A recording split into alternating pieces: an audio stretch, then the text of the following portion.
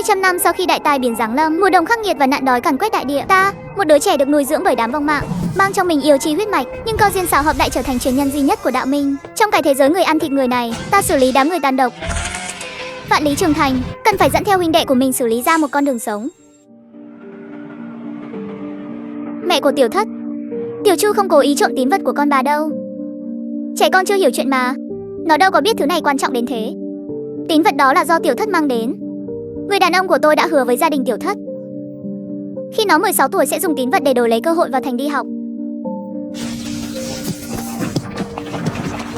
Nhân tộc đã xây dựng nên những thành phố pháo đài kiên cố, nhưng vì tài nguyên có hạn, dần dần hình thành nên khu vực trong thành và ngoài thành, hai kiểu cuộc sống hoàn toàn khác biệt. Trong thành là người, ngoài thành là quỷ. Vào thành đi học là cơ hội đổi đời hiếm hoi của người ngoài thành, nhưng cơ hội này lại bị lão già kia cho đứa cháu tên Tiểu Chu chiếm mất rồi. Đây là lỗi của tôi. Tôi không ngụy biện, là do tôi không dạy bảo cháu mình cho tốt. Bà muốn dạy dỗ hay mắng nhiếc gì cũng được, cái thân già này xin nhận hết.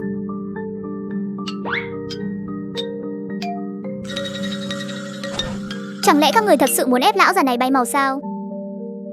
Còn cam tâm không? Chẳng phải chỉ là một cơ hội vào thành thôi sao? Được, trả mạng cho bà, thôn trưởng đừng làm vậy. Đừng làm điều dại dột mà thôn trưởng, chúng tôi không thể thiếu ông. Tiểu Chu vẫn còn là một đứa trẻ. Người cũng đã vào thành rồi, các người còn muốn thế nào nữa? Mẹ của Tiểu Thất, sao bà lại nhẫn tâm như vậy? Em trai tôi đã vào thành rồi, chẳng lẽ bà còn muốn ép ông nội tôi bay màu sao? Chỉ có thôn trưởng mới mời được đại nhân giác tỉnh giả thôi. Lần sau chuyển hóa giả tới, không có cường giả trấn giữ thì cả làng đều bay màu hết. Các người đừng có ích kỷ như vậy, phải biết nghĩ cho thôn làng chứ. Đúng vậy, và lại Tiểu Thất cũng đâu phải con ruột bà. Một đứa con hoang từ bên ngoài đến, bà còn trông mong nó lo hậu sự cho bà chắc. Huống hồ thằng bé Tiểu Chu đó lanh lợi như vậy, sau này nó mà trở thành giác tỉnh giả, lẽ nào lại quên đi cái ơn của nhà bà sao? Bà nhìn cái thằng Tiểu Kỳ nhà bà xem, đánh một gậy cũng không giận ra được một chữ thì làm nên trò trống gì. Tiểu Chu thì khác hẳn. Trương tiên sinh đều nói rồi, nó có tiềm năng trở thành giác tỉnh giả đấy. Người đàn ông của tôi được ủy thác chăm sóc Tiểu Kỳ. Các người thật sự khiến ông ấy phải mang tiếng thất tín mà. Người đàn ông của bà mất rồi mà. Mọi người mỗi người một câu, cứ như thể kẻ trộm đồ không phải cháu của thôn trưởng, mà ngược lại là hai mẹ con cô nhi của đã phạm phải tội tài đình gì vậy? Lúc chồng tôi còn sống, các người đâu có đối xử như thế này. Người phụ nữ lẩm bẩm một mình, trong giọng nói đầy vẻ tuyệt vọng. Ánh mắt này tôi mới chỉ thấy ở những tên vong mạng chuyên đi xử lý và cướp bóc bên ngoài thành. Đó là sự thờ ơ cực độ đối với mạng sống. Sao có thể xuất hiện trên người một thiếu niên được? Mẹ của Tiểu Kỳ, tôi nói một câu công bằng nhé. Tiểu Chu đã vào thành rồi, gạo đã nấu thành cơm. Bà muốn đòi lại tín vật, liệu có khả năng không? Theo tôi thấy, thôn trưởng bồi thường cho bà ít lương thực là được rồi. Con người ta ấy mà, sống được mới là quan trọng nhất. Là ông trộm đúng không? Cha nuôi tôi chỉ nói với ông về chuyện tín vật, và tối hôm kia chỉ có mình ông đến nhà tôi thôi. Mày nói bậy bạ gì đó, đừng có ngậm xi dâu phun người. Tín vật tôi không cần nữa, các người về đi. Ha ha, không ngờ lại dễ dàng đuổi đi như vậy. Chắc là sợ sau này không sống nổi trong làng nữa đây mà. Cái thời buổi này, một người ở ngoài thành căn bản không sống nổi.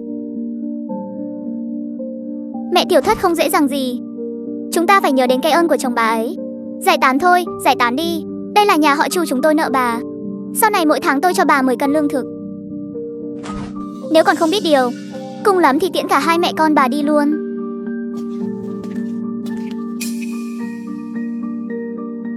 Đám đông nhanh chóng giải tán. Trong căn nhà chỉ còn lại cái lạnh thấu xương. Đau thương và tuyệt vọng đã hoàn toàn đánh gục người phụ nữ trên giường. Con trai à, mỗi người một số mệnh. Nhà chúng ta có lỗi với con, tín vật đó mẹ có thể không cần, nhưng sự ra đi của cha nuôi con nhất định phải có kẻ trả giá. Đã ăn cơm nhà mẹ 2 năm, đã gọi mẹ 2 năm rồi. Đứa trẻ được đám vong mạng nuôi lớn này, báo ơn hay báo thù đều không bao giờ chậm trễ. Trời lạnh rồi, mẹ ngủ sớm đi. Nghe thấy động tĩnh gì cũng đừng ra ngoài nhé. Nửa tiếng sau, thiếu niên đào một cái hố sâu tầm 2 mét ở trong sân. Trong hố là một chiếc túi vải cao bằng người đang nằm yên lặng. Đây là hành lý anh luôn mang theo bên mình trước khi được nhận nuôi. Ngay cả cha mẹ nuôi cũng không biết đến sự hiện diện của nó. Báo ơn báo thù đều phải rõ ràng minh bạch. Vốn dĩ muốn làm con trai ngoan của hai người, để sau này lo hậu sự cho hai người mà. Hoàng Tuyệt, 200 năm trước đại tai biến đã in hẳn trong tâm trí. Cùng với sự xuất hiện của những chuyển hóa giả, một số vật dụng cổ xưa mang ý nghĩa đặc biệt đã dẫn đến biến dị sinh mệnh thành các hoàng tuyệt mang hiệu ứng đặc biệt. Bất kỳ một món hoàng tuyệt nào xuất hiện cũng sẽ gây nên một cơn chấn động lớn giữa các giác tỉnh giả. Mà trong túi vải của thiếu niên đang lạc lõng này lại đang nằm hơn 10 món đồ như thế. Tiểu Bảo đến thành chưa? Ngày mai là có thể vào thành rồi, tốt lắm. Không hổ danh là niềm hy vọng của nhà họ Chu ta. Hi hi, đều nhờ có ông nội và thầy giáo cả thôi. Nếu không thì cơ hội này đã rơi vào tay thằng ngốc đầu làm kia rồi. Đúng rồi, bọn họ không làm khó ông chứ. Người đàn ông nhà đó mất rồi. Cô nhi của phụ thì còn làm được gì nữa. Vẫn là cháu ngoan của ta thông minh, biết lợi dụng chuyển hóa giả. Nếu không thì đúng là không dễ để trộm cái tín vật đó.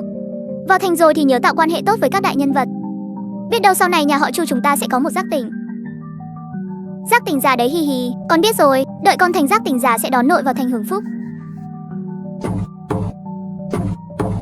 Ai đấy, đêm hôm khuya khoắt không ngủ con giở trò quỷ gì thế? Đợi cháu ta thành giác tỉnh giả, lão già này sẽ không bao giờ ở lại cái nơi khỉ ho có gáy này nữa đâu. Không đúng.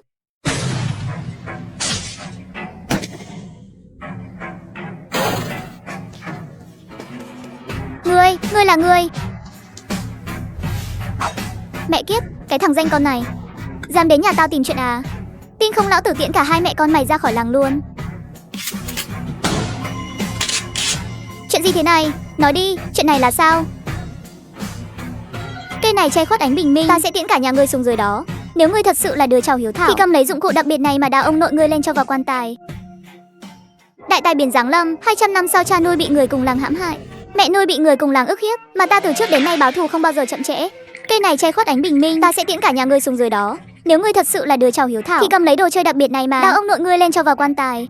Nếu ngươi dám xử lý họ, đợi ta trở thành giác tỉnh giả, ngươi và mẹ nuôi ngươi đều đừng hòng sống sót.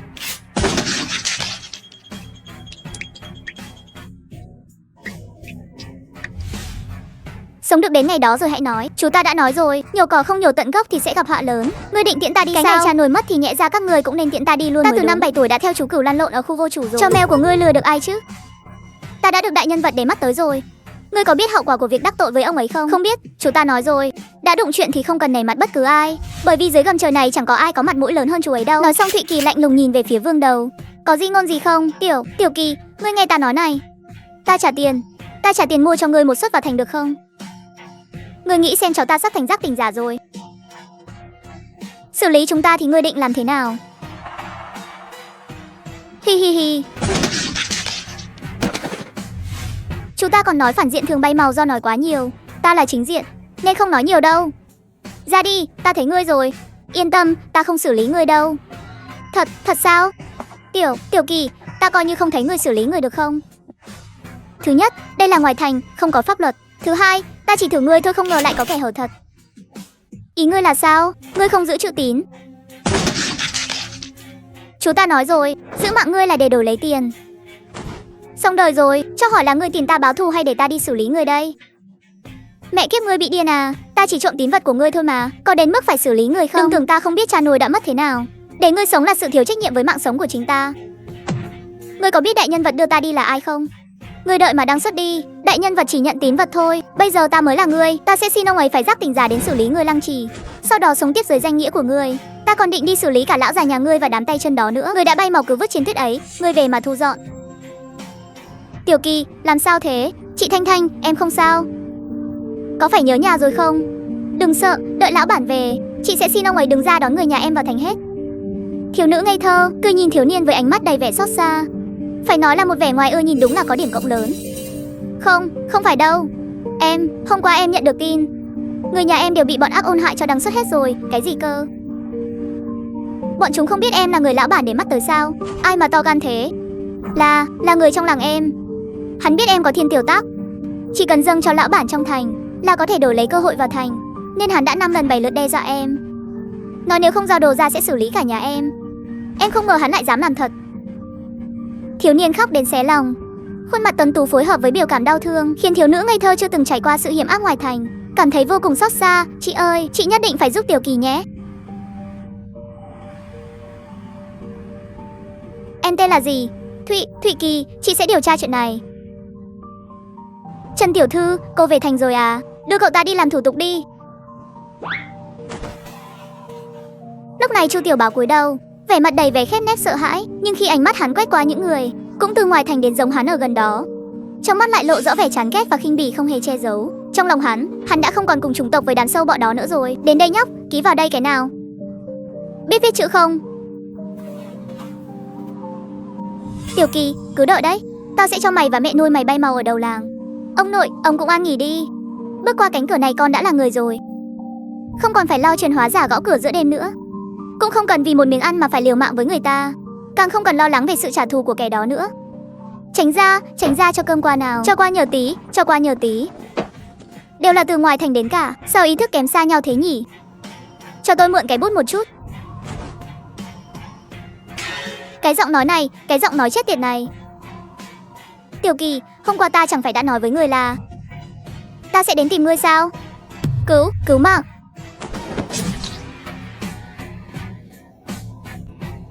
Tiếc là hôm qua dùng hết vật phẩm cho đồ chơi để xử lý người rồi, nên có lẽ ngươi phải chịu khổ một chút đấy. 200 năm sau khi đại tai biển giáng lâm, ta đi đêm 3000 dặm, vượt qua núi cao biển rộng, chỉ để tiện cái mạng của thằng nhóc trước mắt này đi. Chị Thanh Thanh cứu em với. Thằng nhóc này ra tay đủ tàn đủ độc. Vừa gặp mặt là không nói hai lời đã động thủ ngay. Đúng là còn chuyên nghiệp hơn cả sát thủ nữa. Nhóc con, bỏ đồ chơi xuống. Tiểu Kỳ đừng kích động. Xử lý ta rồi ngươi cũng không thoát được đâu. Lão tử 7 tuổi đã chơi đồ chơi, 8 tuổi đã chơi hàng nóng. Lấy cái bát này yểm trợ cho ta. Đồ chơi còn cầm không vững, cẩn thận kẻo cướp cò. Đến lúc đó cả hai chúng ta cùng đăng xuất luôn đấy. Vừa dứt lời, Thụy Kỳ đột nhiên vén áo lên, từng khối hàng nóng hình vuông được cuốn ngay ngắn quanh eo cậu. Dây dẫn đang cầm trên tay, tức thì cả trường bắn in phăng phắc. Tất cả mọi người đều sững sờ, đã thấy kẻ liều rồi, nhưng chưa thấy ai điên như thế này. Thú vị đấy, thiếu niên này trong tuổi không lớn, nhưng cái khí thế liều mạng đó, so với những kẻ vong mạng nếm xi dâu trên lưỡi dụng cụ, còn đáng sợ hơn nhiều. Lôi Tử làm việc, Lôi Tử là đặc sản của thời loạn thế này, kẻ dùng nắm đấm để nói chuyện. Cái danh xưng kẻ vong mạng này cũng là nỗi ác mộng của cả thế giới. Từng có một cái tên mang tính thần bí, dẫn theo một nhóm Lôi Tử khuấy đảo thế giới đến mức đảo lộn. Hôm nay mạng của Chu Tiểu Bảo, ta lấy chắc rồi. Hoặc là ta đưa nó đi, hoặc là ta đưa tất cả các người đi cùng luôn. Lúc này sát khí tỏa ra khắp người Thụy Kỳ, khiến tất cả những người có mặt đều không mảy may nghi ngờ rằng cậu thật sự dám làm. Đã là người một nhà thì phải đi cùng nhau cho đủ bộ. Lão tử hôm nay nhất định phải đưa mày về làng, trước mộ cha nuôi tự tay tiễn cái đầu của mày đi. Chị Thanh Thanh cứu em, hắn chính là kẻ điên đã xử lý cả nhà em đấy. Mẹ kiếp, tất cả đứng nghiêm cho tao, ai dám nhúc nhích một cái, lão tử sẽ tiễn hắn đi đầu tiên. Ngươi chỉ có một mình sao? Suy nghĩ cho kỹ đi, thật thú vị. Lâu rồi không gặp nhóc con nào có gan như thế này. Chị ơi, chị mau ra tay đi chứ. Chị xem Tiểu Kỳ đáng thương chưa kìa, cậu ấy mà mất thì chị ăn nói thế nào với lão bản đây? Thả Thụy Kỳ ra, tôi cho cậu đi. Chị Ngô, không thể thả hắn đi được. Xử lý hắn đi, nếu không sau này chắc chắn hắn sẽ lại đến tìm chuyện với em nữa. Em là người lão bản cần mà, cầu xin chị hãy xử lý hắn đi. Chỉ cần vị giác tỉnh giả này ra tay xử lý Tiểu Kỳ thì sẽ không còn ai biết thân phận thật sự của mình nữa. Nó tên là Chu Tiểu Bảo. Lúc các người đón người, không điều tra kỹ lai lịch sao? Ngươi nói dối, ta tên là Thụy Kỳ, là con nuôi của giác tỉnh giả Chu Lệ, hay nắm trước một mình ta băng qua khu vô chủ. Nhưng nói đến cuối cùng, giọng của hắn lại tự nhiên nhỏ dần đi. Mặc dù tư liệu của Thụy Kỳ hắn đã học thuộc làu làu, nhưng duy chỉ có một điều là cái thân hình nhỏ thó này, làm sao nhìn kiểu gì cũng không giống người có thể sống sót ra khỏi khu vô chủ được. Đúng thật là, so với thiếu niên đang giả bộ đáng thương trước mắt này, thì thằng nhóc đầy khí chất hung hãn bên cạnh kia mới giống người có thể xử lý một con đường từ trong đám chuyển hóa giả mà đi ra hơn. Chị Thanh Thanh, em không có lừa người, em mới thật sự là Thụy Kỳ. Tín vật có thể chứng minh, hắn vì cướp tín vật của em mà xử lý nửa số người trong làng em. Ông nội và anh cả của em đều đã đăng xuất dưới tay hắn. Em không còn người thân nữa rồi. Nếu ngay cả chị cũng không tin em, vậy thì cứ để em bay màu dưới tay tên ác đồ này đi. Chị ơi, Thụy Kỳ trông đúng là người tốt mà. Và lại tín vật đúng là đang ở trên tay cậu ấy. Lão bản cần là tín vật chứ có cần người đâu. Hơn nữa chị xem cậu ấy lịch sự nhã nhặn thế kia, còn cái tên này thì ngang ngược vô lý. Nếu để em chọn, em thà tin cậu ấy mới là thật. Cả hai người các ngươi đều theo tôi vào thành, đợi lão bản về sẽ có quyết định. Được thôi, vậy thì đi gặp lão bản. Là người hay là quỷ lão bản kiểm tra là biết ngay. Lão tử là ai không cần người khác phải phân định. Nhưng ta cũng không phải là Tôn Ngộ Không thật giả đâu nhé. Cái thành rách này lão tử muốn vào là vào. Đến khu vô chủ hiểm nguy còn không nhốt nổi ta, huống hồ chỉ là một bức tường. Vậy tại sao ngươi lại xử lý cả nhà ta? Chú ta đã nói rồi, người muốn sống thọ thì không được để bụng. Ngươi trộm đồ của ta lại hại cha nuôi ta. Nếu không tiễn người đi thì ta sẽ tự khiến mình tức mà bay màu mất. Nghe có vẻ cũng có lý đấy, ngươi dám sao? Cường hóa tính à?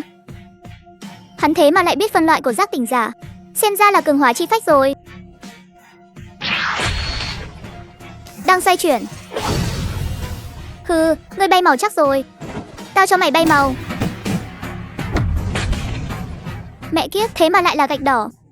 Thằng nhóc này dám dùng mấy tờ giấy da bò rách, gói mấy cục gạch lại, cầm một cái ngòi dẫn rách mà dọa cho cả trăm người phải ngớ người ra. Ngay sau đó, phần thứ hai của sự nghèo nàn cũng ập đến. Chú ta nói rồi, hoặc là nhịn. Còn nếu đã ra tay mà để mình phải đăng xuất thì cũng phải tiễn được kẻ thù. Lúc này Thủy Kỳ giống như một đứa trẻ bỏ ra kệ đôi tay dài của Thanh Thanh đang giằng co phía sau mình, nhưng vẫn nở nụ cười trên môi. Máy móc giơ cục gạch cũ kỹ trong tay lên. Cho mày trộm đồ của lão tử này. Cho mày hại cha nuôi tao này. Cho mày làm tao tức này. Cho mày giả bộ đáng thương này. 200 năm sau khi đại tai biển giáng lâm, ta ở trước mặt hàng trăm quân thành phòng, cũng như mệnh lệnh của giác tỉnh giả, đã ném gạch xuống và dùng gạch tiễn tên lừa đảo này. Bởi vì lão tử báo thù không bao giờ chậm trễ. Đây thật sự là người sao? Lần đầu tiên tôi thấy người bình thường có thể chịu được giác tỉnh giả dạy dỗ lâu như vậy đấy. Thằng nhóc này quá liều rồi. Lão tử lăn lộn mấy chục năm nay gặp không ít kẻ hung hãn. Thằng nhóc này mà trưởng thành được, nó sẽ là cửu gia thứ 2 đấy. Người hung hãn như thế này trước kia chỉ có Bát gia của Xuân Phủ thôi. Đến cả những binh sĩ thành phòng đã quá quen với cảnh bay màu cũng phải nhìn đến ngây người. Trong phút chốc thậm chí còn quên cả nã đồ chơi. Nhưng cũng không cần thiết nữa, bởi vì thiếu niên lúc này đến đường cũng đã lảo đảo người cho hẳn hoi vào. Mẹ kiếp, mày còn dùng cái tên của lão tử. Mày chỉ đang cãi người cho tao thôi à? Mới giác tỉnh đúng không? Cái lực đạo này so với lúc chúng ta dạy dỗ tao mạnh bạo cởi áo ra, để lộ cơ thể không mấy cường tráng nhưng chẳng chỉ vết thương do đồ chơi, vết thương do dụng cụ. Ta muốn tiện có cả vết đó để đi theo hầu hạ anh trai Thụy Kỳ. Ta dám đến đây xử lý người thì đã đảm bảo được mình không bay mau rồi. Chú ta nói rồi, trước khi xử lý người phải thu xếp sẵn đường lui. Ngươi tưởng lúc này ta dùng gạch đẩy là để làm này ra ngoài? Ý ngươi là sao? Cậu ta nói không sai. Đây là ước định mà. Ước định gì cơ? Ước định giữa trong thành và ngoài thành. Phía trong cửa ải là địa bàn của trong thành, phía ngoài cửa ải là địa bàn của ngoài thành. Trong thành có luật pháp của trong thành, ngoài thành có quy tắc của ngoài thành. Đây là ước định của các lão bản trong thành với đám điên ở ngoài thành. Ngoài thành là nơi ngoài vòng pháp luật, nơi tụ tập của vô số kẻ hung hãn. Nổi tiếng nhất chính là Bá Vương từng một mình áp chế chọc giận đám điên này. Ngày nào bọn chúng cũng chặn đường lương thực của các người ở ngoài thành. Không quá vài tháng là trong thành sẽ đại loạn ngay. Cuối cùng đại lão hai bên mới ngầm vạch ra ranh giới này. Vậy em trai Thụy Kỳ cứ thế bay màu trắng tay sao? Cô có thể bỏ tiền thuê người ngoài thành xử lý cậu ta, cũng có thể để lão bản của cô ra mặt thương lượng với đại lão ngoài thành để đòi người, nhưng cô không thể tự tay xử lý cậu ta ở đây. Ít nhất là bây giờ thì không. Đừng gây chuyện cho lão bản của cô. Ông ấy lúc này đang bàn chuyện làm ăn với cương gia của ngoài thành. Vị đó cô không chọc vào nổi đâu.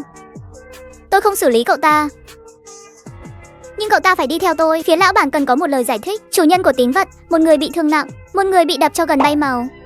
Không đưa người về thì mình không thể bàn giao công việc được, không đúng quy tắc. Nếu vị ngoài thành kia không hài lòng, đích thân tôi sẽ đi giải thích. Nhưng thể diện của lão bản không thể mất được. Cậu ta phải đi theo tôi. Hơn nữa tình trạng này của cậu ta, nhìn những vết thương trên người thằng nhóc điên này đâu. Ở ngoài thành căn bản không có cách nào chữa trị. Lỡ như thật sự bay màu ở bên ngoài,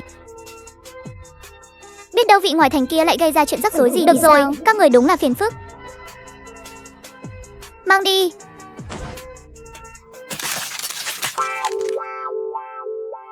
Tại sao anh lại giúp cậu ta? Tôi nhớ lần trước anh đã đánh nhau với vị ngoài thành của cửa thành đã mở rộng ra thêm một dặm rồi mà. Có thể. Đó là cái gì? Cô còn trẻ lắm. Nếu có thể, tốt nhất là cả đời này đừng nên biết đến thứ đó. Trần tiểu thư, người bị thương đã không còn nguy hiểm nữa. Người bị thương này, cường độ nhục thân của cậu ta thật sự là quá đáng kinh ngạc, chẳng khác gì một giác tỉnh giả cả. Ý gì vậy chứ? Vết thương của cậu ta đang tự khép lại. Đòn tấn công của tiểu thư cầm đủ sức xé nát bất kỳ người bình thường nào. Nhưng sau khi nhóc này được đưa vào phòng phẫu thuật, chúng tôi còn chưa kịp động dụng cụ đặc biệt, dấu hiệu sinh tồn của nó đã ổn định một cách thần kỳ rồi.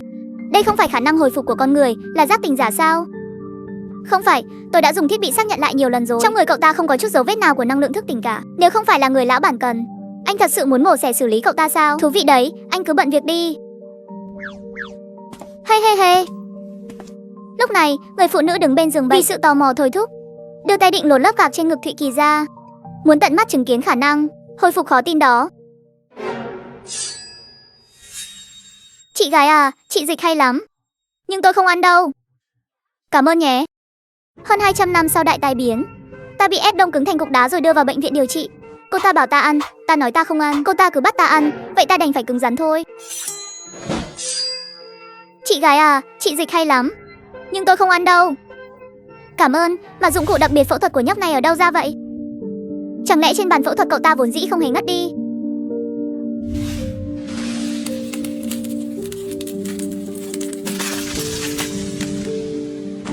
cảnh giác tốt đấy. Lúc phẫu thuật cô không tiêm thuốc tê sao? Tiêm rồi nhưng không có tác dụng. Chú cậu từ nhỏ đã treo ta lên cần câu để câu chuyện hóa giả rồi. Nếu không có chút cảnh giác nhắc nhở thì cậu trên mộ ta đã cao 3 mét rồi. Nhưng vừa rồi ta vẫn bị phân tâm. Cỡ như cô, ở ngoài thành ít nhất cũng bán được 2.000 tệ đấy. Mình thật sự nhìn không thấu. Thằng nhóc này hành tung rất tệ. Tâm tư hẹp hòi, nhưng có vài phương diện lại giống như một kẻ ngốc.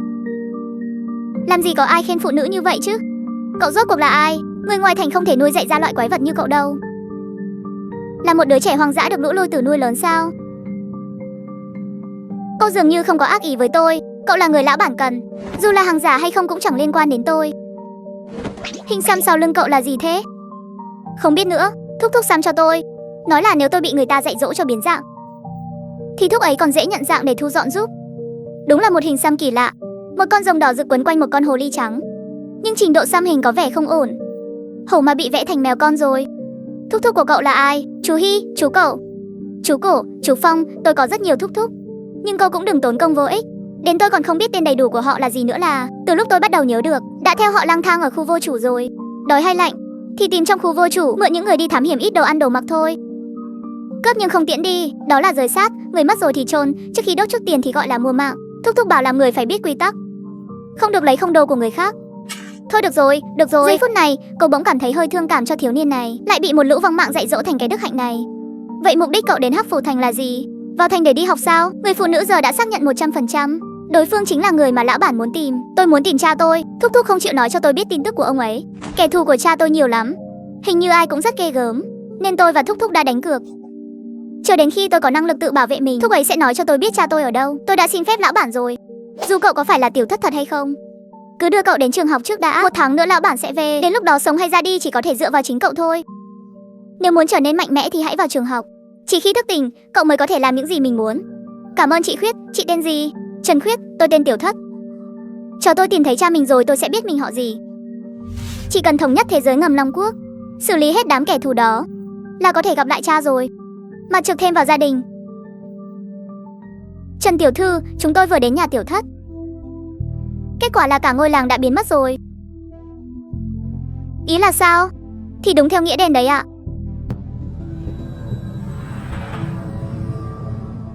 Chúng tôi tại hiện trường, phản ứng được dao động dư thừa của dị năng cực mạnh.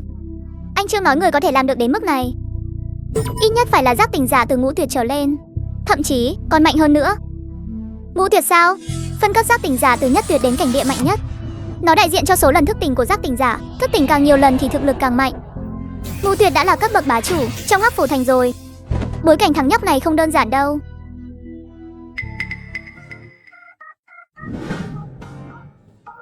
Đúng là mở mang tầm mắt cho thằng nhóc này rồi. Nếu không có Trần tiểu thư, loại người như mày cả đời này cũng không chạm được tới cái ngưỡng ở đây đâu. Cái này có là gì chứ? Chú cậu đã nói rồi, nơi huy hoàng nhất thế gian này chính là... Còn có cả thẻ thành viên kim cương đen trọn đời. Đợi thúc ấy hẹo rồi, nó sẽ là của ta.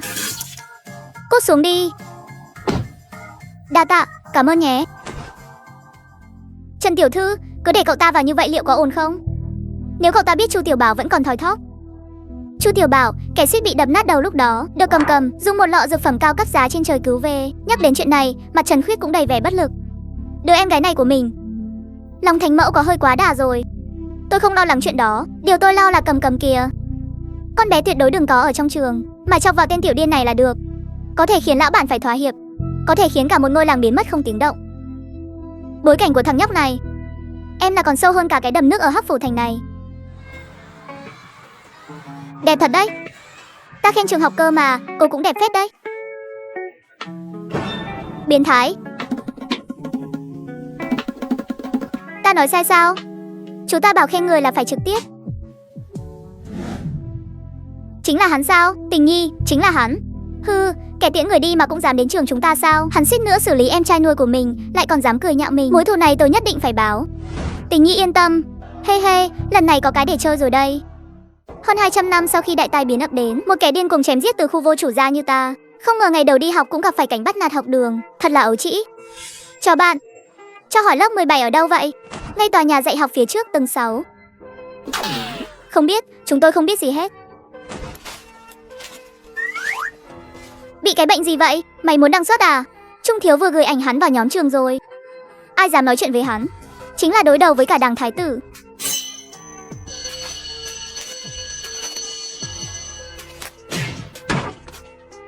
Tiết này mày phải ngồi xổm. Vì sao phải vào miếu bái thần? Có hiểu quy tắc của lớp 17 chúng tao không? Ngày đầu mới đến là phải ngồi xổm mà học. Đồ nhà quê từ ngoài thành tới, đây không phải là cái nơi man di. Không quy tắc của bọn mày đâu. Không tuân thủ quy tắc thì tao có đầy cách để mày phải cuốn gói. Biết điều thì bây giờ nhận sai đi. Lão tử dạy dỗ đủ rồi sẽ tha cho mày. Còn nếu muốn bật lại, lão tử có vạn cách để chơi cho mày phải khóc. Tôi không đắc tội gì cậu cả, đúng là không đắc tội tao. Nhưng mày đã đắc tội đại ca của tao. Giờ tao hỏi lại mày một lần nữa, có ngồi xổm hay không? Nhưng mà xương cốt tôi cứng lắm, không ngồi xổm được. Tao biết nhà mày có tiền, nhưng giờ tao muốn biết nếu dụng cụ đặc biệt này hạ xuống, tiền của mày có giữ được cái mạng cho mày không? Nói đi. Cái loại như mày ra khỏi thành sống không quá 10 phút đâu. Nói với Võ Hán, nhớ cho kỹ, lão tử không phải nhờ quan hệ để vào thành, mà là tự mình dùng dụng cụ đặc biệt để xử lý vào đây đấy. Cùng lắm thì lão tử xử lý mày rồi chạy thẳng về ngoài thành. Nói rồi ánh mắt Thụy Kỳ quét qua. Trong lớp từng học sinh đang xem náo nhiệt. Giọng nói không lớn, nhưng từng chữ đều vô cùng rõ ràng. Theo một nghĩa nào đó, lão tử là một thằng liều mạng đấy. Cái mạng rách này, đứa nào muốn liều mạng thì ta sẵn sàng tiếp bất cứ lúc nào. Tục ngữ nói rất hay, kẻ giàu sợ kẻ ác sợ thằng liều sợ thằng không cần mạng. Lúc này cả lớp im lặng đến mức có thể nghe thấy tiếng tim đập. Còn Đàn Thiếu, kẻ vốn định thể hiện thật tốt trước mặt Trung Thiếu, lại bị sát khí tỏa ra từ đống xác người của Thụy Kỳ làm cho đứng hình. Đến một chữ cũng không thốt ra nổi. Mày chỉ có duy nhất một cơ hội dẫn người đến chặn đường tao thôi. Không tiễn được tao thì tao chắc chắn sẽ tiễn mày đi. Nghe nói sáng nay mày đi tìm rắc rối cho nhóc đó à? Dạ, đúng vậy. Thằng nhóc đó không có mắt. Đắc tội với ngài thì tôi chắc chắn không để nó yên rồi. Ngài yên tâm, trong vòng 3 ngày, tôi sẽ khiến nó tự nhảy từ sân thượng này xuống. Một luồng ánh sáng trắng lóe lên. Đàn Thiếu bị một lực cực lớn tát thậm chí còn không nhìn rõ là ai đã ra tay. Trung Thiếu. Tôi cũng là muốn chia sẻ nỗi lo cho tao rất vui. Coi như phần thưởng chuyện cha mày cuối năm lên. Trước phó giám đốc ngân hàng, tao có thể nhắc qua một chút với ông mày lại bị một món dụng cụ đặc biệt rách của thằng nhóc hoàng dạ đó dọa sợ. Chẳng lẽ không phải là đang tát vào mặt tao sao? Bình thường thì mượn danh Chu Thiếu để làm càn, đến lúc chính sự thì lại nhát chết. Mày làm thế này khiến tao khó xử lắm đấy. Mày sợ dụng cụ đặc biệt lắm à? Không phải. Tao không muốn nghe mày giải thích. Chứng minh cho tao xem đi. Cho mày hai lựa chọn, một là cút ngay bây giờ. Sau này đừng nói là đi theo tao nữa. Hai là chứng minh mày không phải là phế vật. Yên tâm, Tâm Nhi có năng lực trị thương, không bay màu được lúc đâu. Này một đám giác tỉnh giả nhất tuyệt nhìn hắn với nụ cười đầy ẩn ý. Đàn Thiếu cũng không dám chần chừ. Hắn hiểu rõ hậu quả của việc đắc tội với đám bên cạnh Trung Thiếu. Gia đình họ nắm giữ gần như một nửa tài nguyên. Muốn hòa nhập với họ, một là làm chó, hai là phải có thực lực tương đương. Một khi bị họ đá ra khỏi vòng tròn, đừng nói chuyện cha hắn thăng chức, đến cái ghế hiện tại cũng khó mà giữ được. Đến đây, Đàn Thiếu không còn chút do dự nào nữa. Tôi không sợ, tôi mãi mãi là anh em của ngài. Tốt lắm, đùa mày tí thôi. Mày là anh em của tao, sao tao nỡ để mày tự xử lý thằng nhóc đó cho tốt. 3 ngày nữa tao muốn thấy nó nhảy từ đây xuống. Rõ, đi thôi. Chào Trung Thiếu. Chào Trung Thiếu, kẻ tiễn người đi kìa.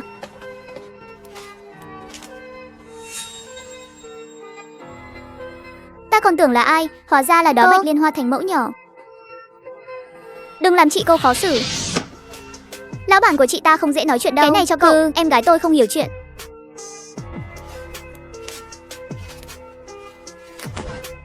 Coi như là lời xin lỗi dành cho cậu. Cho qua nhờ chút. Hóa ra là một con rắn độc khừ, thú vị đấy. Mày cứ đợi đấy cho lão tử.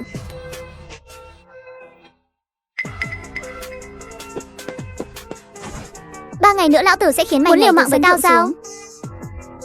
Có giỏi thì giờ mày xử lý tao luôn. Thì tao là con mày nuôi. Tao chớp mắt một cái. Lão tử không có đứa con tài năng như mày đâu. He, đợi chuyện này xong xuôi.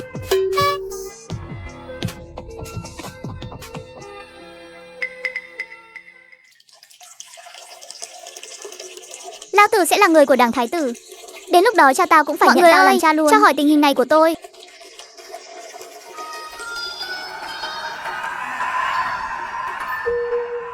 Con cứu được không? Hơn 200 năm sau khi đại tai biến ập đến, lần đầu vào thành đi học ta đã bị đe dọa. Hắn cứ yêu cầu ta phải tâng bốc hắn, nếu không cả người hắn sẽ khó chịu.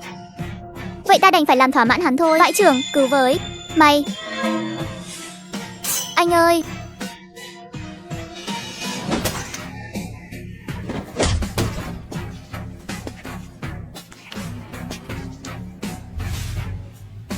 Em sai rồi.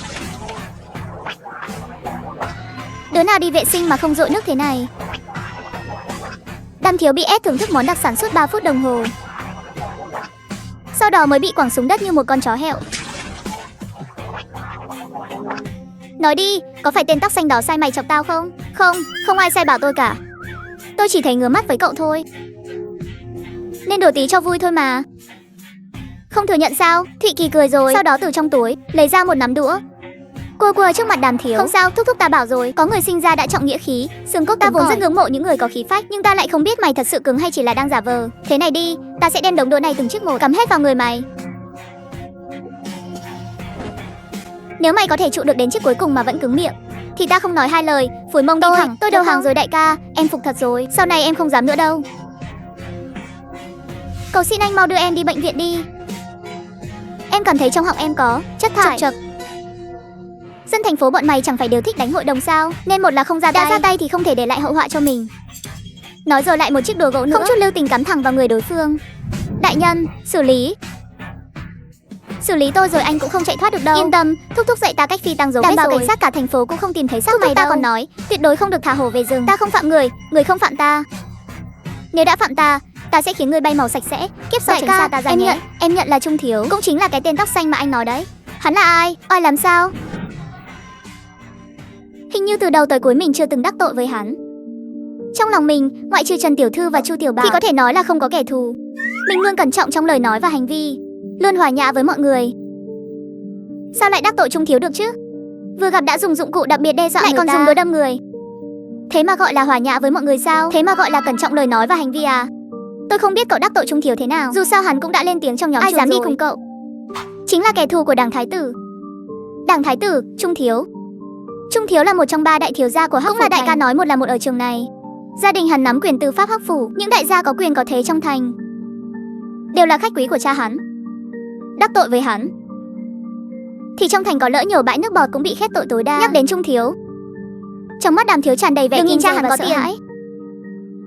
Trong mắt những người thực sự nắm cung làm cũng chỉ là một cái túi tiền mà thôi. Đảng Thái Tử còn lợi hại hơn nữa, gia thế của họ ít nhất cũng từ cấp quan chức. Cậu không nghĩ là Đám thiếu gia nhà giàu này thực sự đến đây để học thực chất là để họ kết giao quan hệ, xây dựng thiên đường cho đội ngũ của riêng mình thôi. Những giác tỉnh giả có tiếng tăm bản đều đã bị Đảng Thái Tử thu nạp rồi. Tôi khuyên cậu nên chạy khỏi thành trước khi Trung Thiếu ra tay thật sự. Hắn đã ra lệnh muốn cậu phải tự đăng xuất. Thụy Kỳ im lặng không nói gì. Trong đôi mắt hơi híp lại hiện lên một tia cảm xúc phức tạp. Một đứa trẻ đã quen với việc đối đầu trực diện, lần đầu gặp phải một tập thể lợi ích khổng lồ thế này, có chút cảm giác không biết phải ra tay. Tại sao hắn lại nhắm vào tôi? Không biết, họ làm việc xưa nay chẳng cần lý do đâu. Những gì cần nói em nói hết rồi, nhận lỗi đi. Chuyện hôm nay em chắc chắn không nói cho ai khác biết đâu. Anh đi bây giờ vẫn còn kịp đấy. Thúc ta bảo kẻ mạnh sẽ rút dụng cụ đặc biệt hướng về kẻ mạnh hơn, bất kể vì sao hắn nhắm vào ta. Nếu đã muốn ta bay màu thì ta sẽ lấy mạng hắn trước. Hạ, điện thoại kìa. Kỳ ca, cầu xin anh, đoạn video vừa quay đừng có phát tán ra ngoài. Cả nhà em cũng sẽ ra đi không rõ lý do trong thành mất. Từ giờ trở đi tốt nhất cho ta không bay màu cầu nguyện đi. Nếu không đoạn video này chắc chắn thấy may mắn thì mày còn có giá trị lợi dụng. Nếu không hôm nay mày khó mà sống nổi đấy. Em có thể đi bệnh viện được chưa? Cô họng em cứ dính. Cứ như dính chất thải ấy. Biết phải nói thế nào rồi chứ?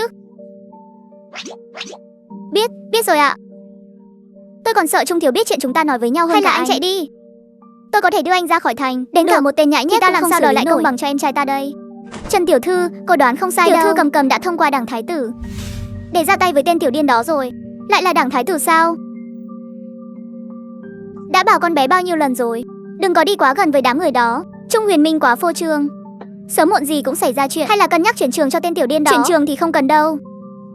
Trung Huyền Minh nhìn bề ngoài thì có vẻ phóng khoáng, cách đối nhân xử thế đều học theo cha hắn, nhưng tâm địa lại hẹp hòi lắm.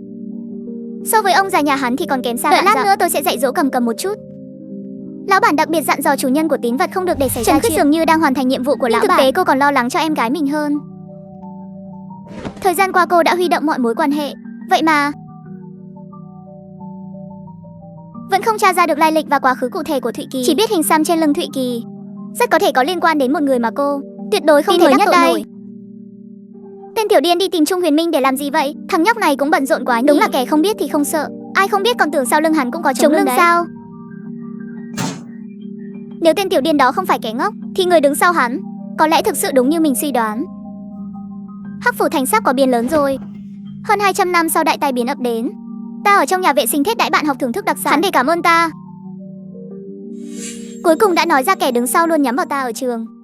Vậy thì ta đành phải đến tận cửa tặng một món quà lớn rồi. Mày tìm Đường Đăng Xuất à? Ta tìm Đường Đăng Xuất cũng không tới. Hôm nay ta không rảnh biết chuyện ngươi. Ngồi xuống. Để cậu ta qua đây. Ngươi chính là Trung Huyền Minh, là ta.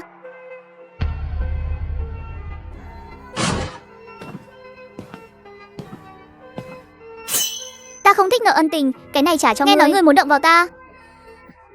Đúng vậy, sao ngươi biết? Nghe xong, Thụy Kỳ cũng không nói nhảm. Lấy điện thoại của Đàm thiếu gia. Mở đoạn lịch sử trò chuyện trong nhóm trường. Vậy ngươi đến đây để nhận sai sao? Thế thì ngươi nên quỳ mà vào đây. Xương cốt quá cứng. Đời này chưa biết quỳ là gì, thế thì không được rồi. Ta lại cứ muốn xem ngươi quỳ đấy. Hay là thử xem hai chúng ta ai là người phải khóc. Hắn lấy đâu ra tự tin thế chứ? Một người bình thường lại chạy đến khiêu khích. Dù có muốn liều mạng cũng không ai làm. Đến đây chỉ có một việc. Trung thiếu, ta không thích bị người khác để ý. Nếu ngươi đã muốn chơi thì ta sẽ chơi với ngươi tới bến. Ngươi không quỳ xuống là không xong với Thụy Kỳ đâu. Vẻ bình tĩnh này khiến ngay cả những giác tỉnh giả thiên tài cũng không hẳn lấy đâu ra sự tự tin đó. Ta thấy ngươi là không muốn ra khỏi đây. Ai cho ngươi cái gan khiêu khích bọn ta hả? Hừ, kẻ gần nhất không phục Trung thiếu. Giờ xác vẫn còn chôn ở sau núi. Muốn khai chiến với ta, ngươi phải sống sót mà ra khỏi đây đã. Thấy trận chiến không thể tránh khỏi. Thụy Kỳ lại là người ra tay trước. Nguyên tố dị năng, khối sắt. Hừ. Với sức mạnh của một người bình thường mà muốn đối kháng với giác tỉnh giả, chỉ sợ một cú húc đầu này có thể đánh bay dụng cụ đặc biệt của ngươi đấy. Hạ cái gì? Vũ kỹ vang lên. Hắn là người bình thường sao có thể sử dụng dụng cụ đặc biệt chứ? Người bình thường dùng dụng cụ đặc biệt cùng lắm chỉ là rèn luyện thân thể mới có thể phát huy được toàn bộ uy lực. Nhưng trên người tên điên này hoàn toàn không có sự lưu động của khí mà. Thằng nhóc này quả nhiên có điểm kỳ quái. Ta thấy ngươi cũng chỉ có thế mà thôi. Lên hết cho ta. Dám ở địa bàn của tao làm loạn à? Hôm nay lão tử sẽ dạy dỗ mày cho biết thế nào là lễ độ. Thụy Kỳ ánh mắt lạnh lẽo, chuẩn bị nghênh chiến. Một trận hỗn chiến kinh hoàng sắp bắt đầu tại Hắc Phủ Thành. Chẳng trách có thể đỡ được đòn tấn công của mình. Dạy dỗ thằng em nuôi đến mức cần bay màu. Là dụng cụ đặc biệt cao cấp sao? Một tên nhà quê từ ngoài thành vào, lấy đâu ra dụng cụ đặc biệt cao cấp chứ? Đòn tấn công liên hoàn nhị cấp. Dụng cụ đặc biệt cao cấp. Hiện tại dụng cụ đặc biệt đại khái có thể chia thành loại không xếp hạng: sơ cấp, trung cấp, cao cấp và quang cực. Mà trên dụng cụ đặc biệt hiện đại còn có loại cực phẩm, chính là những thứ truyền lại từ trước đại tai biến. Mỗi một món đều là linh vật trời ban. Mà dụng cụ đặc biệt cao cấp đã là mức trung đẳng rồi. Điểm giới hạn mà các gia tộc và tài phiệt có thể chạm tới. Ngay cả dụng cụ đặc biệt mà cấp bậc như Trung thiếu tu luyện cũng chỉ là bán bộ dụng cụ đặc biệt cao cấp thôi. Trong phút chốc ánh mắt của mọi người đều trở nên cuồng nhiệt. Thất phù vô tội, Hoài Ngọc mắc tội. Một người bình thường mà có dụng cụ đặc biệt cao cấp, trong mắt giác tỉnh giả, đây chính là một con cừu béo bở. Kim Kiều, lão đại cho tôi thêm 5 phút. Tôi có thể loại bỏ nó. Câm mồm, ta đổi ý rồi. Giao dụng cụ đặc biệt của ngươi ra đây. Ta cho ngươi gia nhập hội hiệp sĩ xám của ta thì sao? Không hứng thú, nghe đồn có những món đồ cổ vũ không cần dùng khí. Dùng nước đỏ làm cái giá cũng có thể vận hành. Chẳng lẽ thứ cậu ta dùng là đồ cổ vũ? Ngươi dùng đồ cổ vũ sao? Cổ vũ cái gì? Đây là bài dưỡng sinh quyền mà chú bảo tôi luyện thôi. Thật ra chú tôi còn nói thứ này căn bản không thể dạy dỗ nổi. Giao đồ cổ vũ ra đây, ta sẽ thả ngươi đi. Nếu không lão tử mang người tới thì không sợ các người đâu. Khu vô chủ nghìn dặm còn không cản nổi ta. Mấy chục tên phế vật này của ngươi mà đòi cản ta sao? Sẽ đánh gãy hai chân hắn. Ta có đầy cách để khiến ngươi phải phun dụng cụ đặc biệt ra. Lúc này hắn cũng chẳng mang tới thể diện của lão bản nữa. Vừa dứt lời, mấy chục giác tỉnh giả lập tức bày ra tư thế tấn công. Liều mạng sao? Các người có mấy cái mạng để đền hả lão tổng? Lại dùng chiêu này. Nhưng lần này Thụy Kỳ trực tiếp giật kíp nổ. Ngay lập tức đám giác tỉnh giả đều hoảng loạn, vô thức nhìn về phía Trung thiếu. Phải biết rằng họ đều là giác tỉnh giả nhất tuyệt. Cấp độ này sẽ không sợ những đồ chơi nóng nhỏ gọn như súng lục. Nhưng thuốc nổ thì sao? Trong không gian hẹp thế này, trừ phi là giác tỉnh giả chuyên về phòng ngự, nếu không những người khác không bay màu cũng phải trọng thương. Lại muốn lừa người à? Lần trước ngươi hù dọa được lính phòng thành, bây giờ không hù được ta đâu. Cùng một trò lừa dùng lần thứ hai là vô dụng rồi. Biết vì sao lần trước ta không động vào ngươi không? Vì động vào ngươi thì đám lôi tử sẽ kéo đến sao? Và tên trên tường thành đó sẽ không để ta đi. Thực sự nghĩ rằng ta không dạy dỗ nổi người à? Lão tử 12 tuổi đã có thể một mình xử lý chuyển hóa giả 1 sao. Cấp độ của chuyển hóa giả từ 1 sao đến 9 sao, tương ứng với nhất tuyệt đến cửu tuyệt của giác tỉnh giả, muôn đầu với giác tỉnh giả nhất tuyệt. Chỉ cần luyện cường độ, thân thể gấp 10 lần người bình thường là đã có khả năng tự bảo vệ mình. Điều này với người ngoài thì khó, nhưng với đám chú bác điên rồ kia của hắn thì rất đơn giản. Ta so với các người, khoảng cách lớn nhất chỉ là không có dị năng thôi sao? Cảm thấy nó là giả thì đừng có cử động. Cứ thử xem nó có nổ hay không. Thằng điên này, buông ta ra. Sợ cái gì? Nổ thì ta cùng ngươi ra đi. Không nổ thì các người làm ta nghẹt thở mà mất. Kiểu gì ta cũng ra đi, ngươi hoảng cái gì chứ? Chưa chuẩn bị tinh thần ra đi thì lấy gì mà đòi chơi liều mạng với ta? Còn ngươi nữa, muốn dẫn người theo thì ngồi yên đó đừng động đậy. Khoảnh khắc này, trò chơi kẻ nhát gan bắt đầu. Hơn 200 năm sau khi đại tai biến ập đến, ta một mình xông vào lớp học đầy dãy giác tỉnh giả. Không chỉ chủ động đánh lùi đám tay sai của Trung Thiếu, mà còn cầm thuốc nổ sẵn sàng cùng bọn họ ra đi vĩnh viễn. Mặc dù ai cũng biết quả bom này có thể là giả, nhưng Trung Thiếu và những người có mặt không dám cược. Cũng không cược nổi. Cái cục sắt vụn đó à? Không phải ngươi muốn đấu tay đôi với ta sao? Đánh đi. Hả, tên tóc vàng kia, ngươi không phải hệ kim sao? Kim cái khỉ gì? Mày có là người máy biến hình thì lão tử cũng có thể nổ mày, chỉ còn lại linh kiện thôi. Lại đây. Dáng vẻ của Thụy Kỳ lúc này chính là hình ảnh chân thực nhất của một kẻ vong mạng, một người ép mấy chục người không dám thở mạnh. Chỉ với đám đàn em này của ngươi, ra khỏi thành chưa tới một ngày là bị cướp sạch, đến cái quần đùi cũng không còn, ngươi tin không? Ngươi thực sự không sợ ra đi sao? Thời buổi này kẻ không sợ ra đi nhiều vô kể. Biết vì sao ta dám một mình đi vào đây không? Vì từ tận đáy lòng lão tử đã coi thường đám các người rồi. Mấy tên thiếu gia nhỏ, vinh quang của cha chú khiến các người không cần phải liều mạng. Nhưng đã không dám liều mạng thì lấy gì mà giữ ta lại? Ta chỉ có một cái mạng rách này thôi, mất rồi cũng chẳng cần mua quan tài. Ta thua được, còn ngươi thì không. Hôm nay chỉ cần ngươi nói một câu không cho ta đi thì lão tử sẽ ở lại đây bầu bạn với ngươi. Có gan hô một tiếng không xem nào? Trong chốc lát, cả hai bên đều khựng lại tại chỗ. Trung Thiếu không muốn mất mặt mà bỏ chạy, còn đám đàn em thấy hắn không chạy cũng không dám chạy.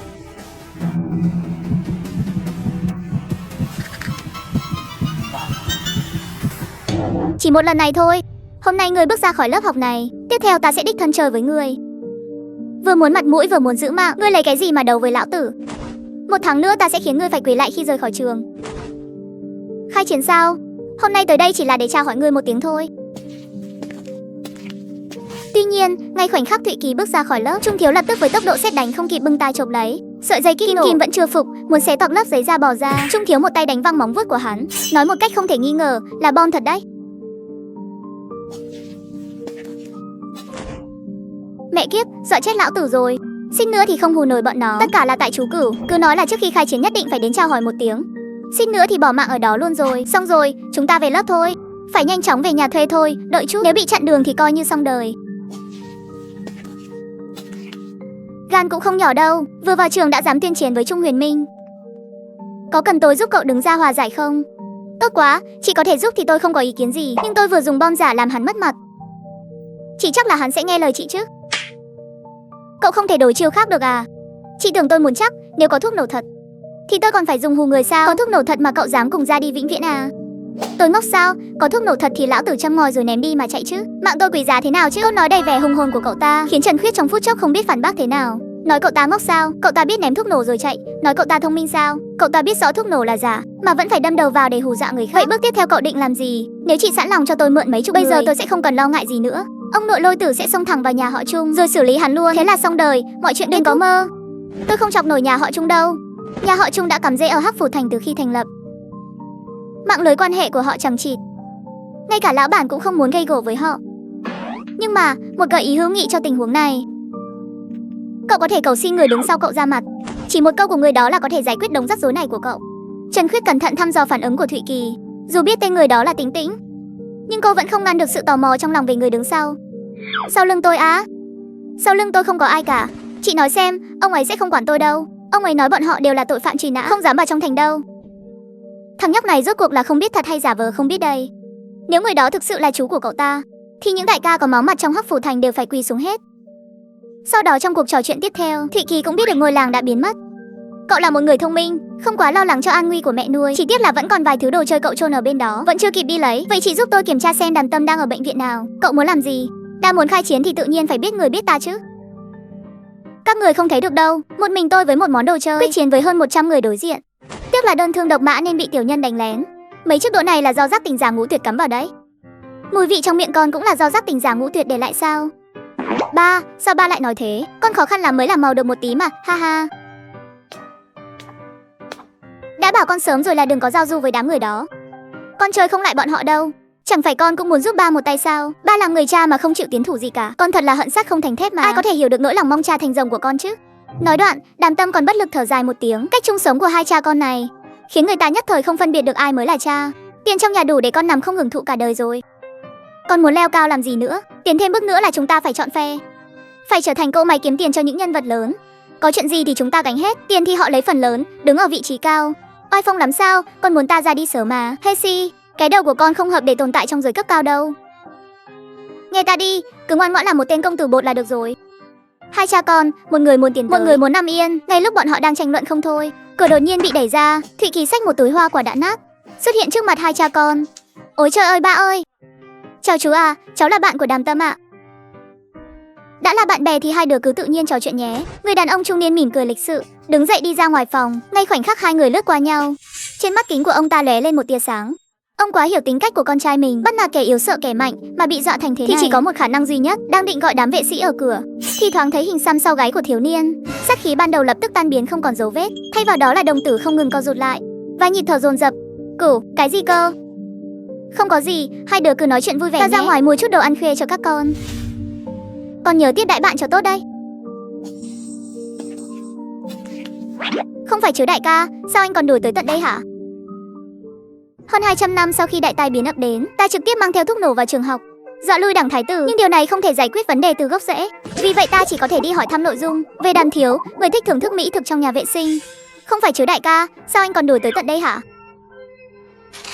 Đến xem cậu thôi mà, đừng căng thẳng thế đại ca. Chúng ta hình như đâu có thân đến mức này nhỉ. Anh đi đi, cầu xin anh đấy. Trung thiếu sẽ hiểu lầm mất. Lúc này hắn thực sự hối hận vì đã chọc vào tên ôn thần này rồi. Sau khi nghe nói đối phương đi tìm Trung Huyền Minh gây rắc rối, hắn lại càng sợ đến mức suýt chút nữa là loạn thần trí. Nghe ngóng lính canh nói xem cấu hình bên phía Trung Huyền Minh thế nào. Cái gì cơ? Anh thực sự muốn khai chiến với hắn sao? Dựa vào đâu? Dựa vào việc anh dám buộc thuốc nổ quanh người à? Cái đó thì anh đừng quản, nói đi xem nào, nếu không tôi phải gửi video cho cả trường xem đấy. Trong video, Đàm Tâm đang co giò bên cạnh bồn cầu, chửi mắng Trung Huyền Minh xối xả, chửi từ các bộ phận cơ thể đến phong cách làm việc của hắn. Tổ tông 18 đời cũng lần lượt được hỏi thăm. Thụy Kỳ ca ca, cầu xin anh đừng phát nữa. Tai vách mạch rừng, Đàm Tâm tôi cùng lắm chỉ bắt nạt. Bạn học thôi chứ không làm gì táng tận lương tâm cả. Anh đừng có như oan hồn không tan bám theo tôi nữa có được không? Nói đi, đám cao thủ bên phía Trung Huyền Minh và tình hình gia cảnh của hắn nữa. Gia cảnh của hắn thì anh không cần lo lắng. Trung thiếu là người trọng mặt mũi, sẽ không dễ dàng huy động thế lực gia đình đâu. Trung thiếu có Cửu Lang Thất Báo, đều là những kẻ mạnh nhất trong trường, ít nhất cũng đều là nhất tuyệt đỉnh phong. Sói gì báo gì cơ? Cái danh xưng nghe ngầu thế này, chẳng lẽ không nên dùng rồng với hổ sao? Nhìn là biết các người không chịu học hành tử tế rồi. Cái biệt danh thiếu thẩm mỹ thế này mà cũng dám đưa ra khoe. Anh muốn hại chết tôi à? Ở mảnh đất Đông Bắc này ai dám xưng rồng xưng hổ chứ?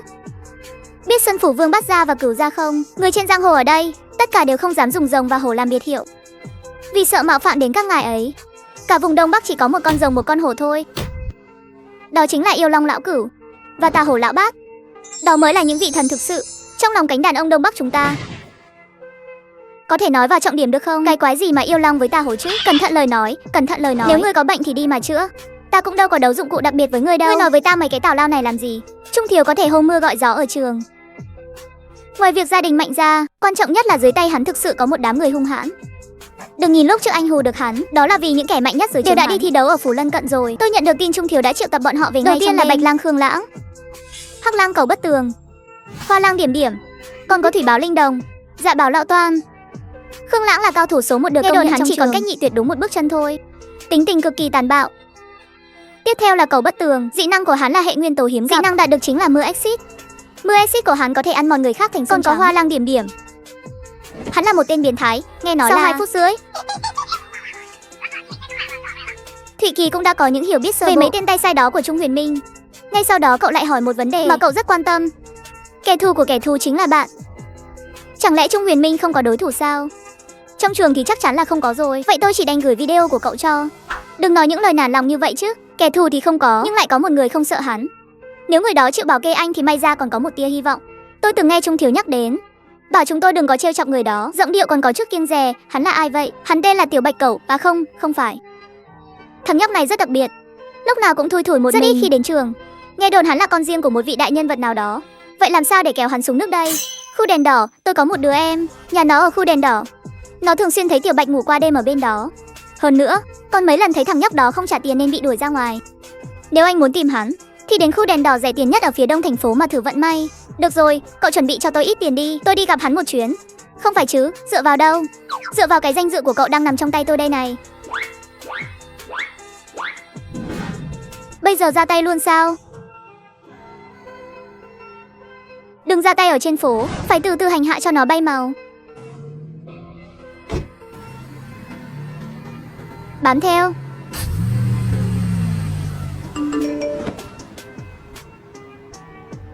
Hai tin nhắn gần như nhận được cùng lúc. Tin thứ nhất là của Trần Khuyết, nhưng tin thứ hai lại là của ai gửi đến vậy? Xem ra không tung ra át chủ bài là không xong rồi.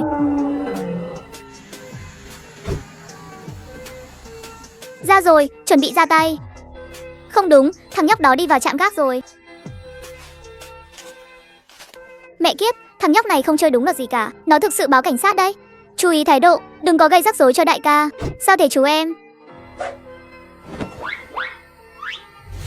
Không phải cậu nói trong xe có người đánh nhau sao?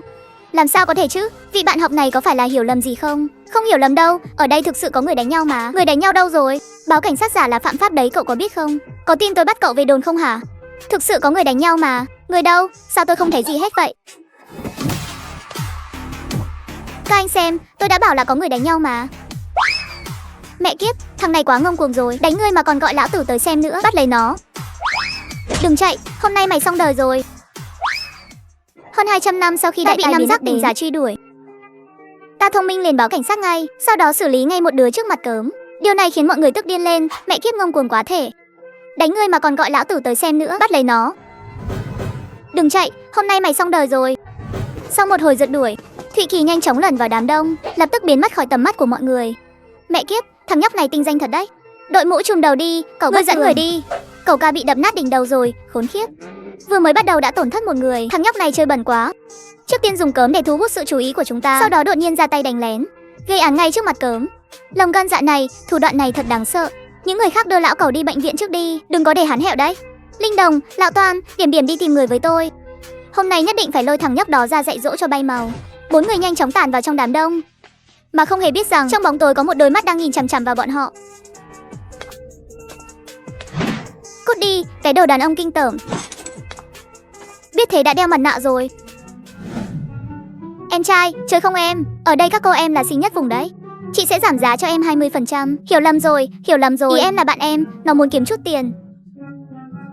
Nói đoạn, Thụy Kỳ còn đưa tay chỉ về phía xa, nơi Điểm Điểm đang bị một đám đàn ông vây quanh. Đó chính là bạn của em. Thế nào, trông được không chị? Chúng em đều là học sinh cả. Ba của bạn em nợ rất nhiều tiền. Ba nó lại đang bệnh nặng nữa. Gia đình tàn nát, bạn em nó cũng không dễ dàng gì. Em trai muốn tính thế nào đây? Dạ em cũng không biết nữa. Chị cứ cho em ít tiền giới thiệu, còn chia chắc thế nào chị cứ bàn với bạn em. Được thôi, thấy em trai khôi ngô thế này, chị cho em 500 tệ tiền giới thiệu. Cứ để bạn em đến tiệm của chị làm việc đi. Hay là chị đi gọi bạn ấy đi. Cứ nói là Tiểu Kỳ bảo bạn ấy đi theo chị là được. Em thực sự không nỡ nhìn bạn ấy sa chân vào chốn hồng trần này. Thực ra em đã thầm yêu bạn ấy lâu lắm rồi. Cũng được thôi. Vậy em đi trước đây. Đưa tiền cho em đi. Em không muốn bạn ấy biết em lấy tiền giới thiệu đâu.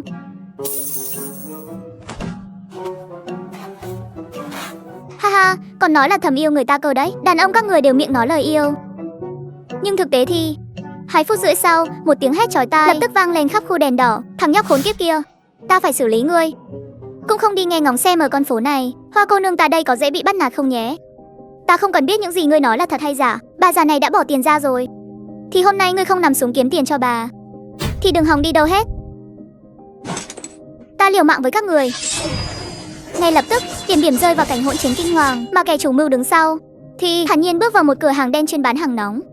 Lão bản, có dụng cụ đặc biệt không? Ở đây lão tử cái gì cũng có, chỉ cần ngươi có đủ tiền. Bạch Lang đâu rồi? Linh Đồng, Lão Toàn mau ra đầu phố đi. Điểm Điểm đang đánh nhau với người ta rồi. Có chuyện gì thế? Bắt được thằng nhóc đó chưa? Không biết cái thằng ngu nào đã bán Điểm Điểm đi làm gái đứng đường rồi. Thật là không chơi đúng là chút nào. Chơi bẩn quá thể. Khu vực này là do khoái tử ca cai quản đấy. Mau gọi điện cho Trung Thiếu đi. Nếu không mấy người chúng ta thực sự không ra ngoài được đâu. Nói cho cùng bọn họ cũng chỉ là nhất tuyệt thế lực ở con phố này. Nếu không có giác tỉnh giả lợi hại trấn giữ thì đã bị người ta san bằng. Có thể nắm giữ một địa bàn lớn như vậy, giác tỉnh giả dưới tay đối phương ít nhất cũng phải là tam tuyệt. Mẹ kiếp, rốt cuộc là có chuyện gì vậy? Ngươi tìm ta à? Ngươi, ta hỏi ngươi, có phải ngươi đang tìm ta không? Sao ngươi tìm được ta? Mẹ kiếp, ngươi nhìn cả con phố này xem, ngoài cái thằng ngu như ngươi ra thì ai còn mắm lắp ra này nữa. Ngươi muốn thế nào? Gọi bạn của ngươi qua đây chưa? Nhanh lên, ta không có nhiều kiên nhẫn đâu. Ta sẽ không phản bội bạn của mình. Trước khi tìm ta ngươi không nghe ngóng về dị năng của ta sao? Đàm Tâm đã giới thiệu về dị năng của Khổng Bất Tường, Trung Huyền Minh và những người khác. Nhưng cái nghĩa minh của tên lão toan này hình như chưa nói thật. Ngươi không nên lại gần ta. Đột nhiên một luồng bất an khó tả ập đến. Gần như theo bản năng muốn buông tay ra, nhưng phát hiện ngón tay đều không thể cử động. Tất cả những ai chạm vào tôi đều sẽ bị bay màu. Lời nói thật của tôi, người bình thường ít nhất cần 1 tiếng mới hồi phục được. Đầu óc ta không tốt nên không nói nhảm với ngươi nữa, biến đi. Nghĩ xem ai mà đầu óc chẳng giống nhau.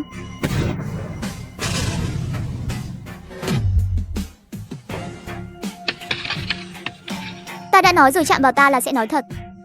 Cú đấm của ngươi rất nặng, nhưng cùng lắm cũng chỉ là trình độ nhất tuyệt. Hi hi, ngươi không có dị năng thật đáng tiếc. Xem ra ta có thể về bàn giao công việc rồi. Cú đấm này là để báo thù cho lão cẩu, cho ngươi nếm thử cảm giác bị đập nát đầu. Kỹ năng thực chùy.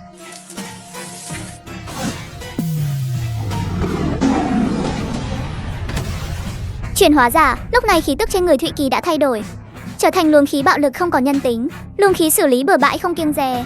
Nhưng chuyển hóa giả thì không có lý trí, chỉ biết xử lý và cắn xé như dã thú. Chuyện này là sao? Không phải chuyển hóa giả, là yêu chi huyết mạch.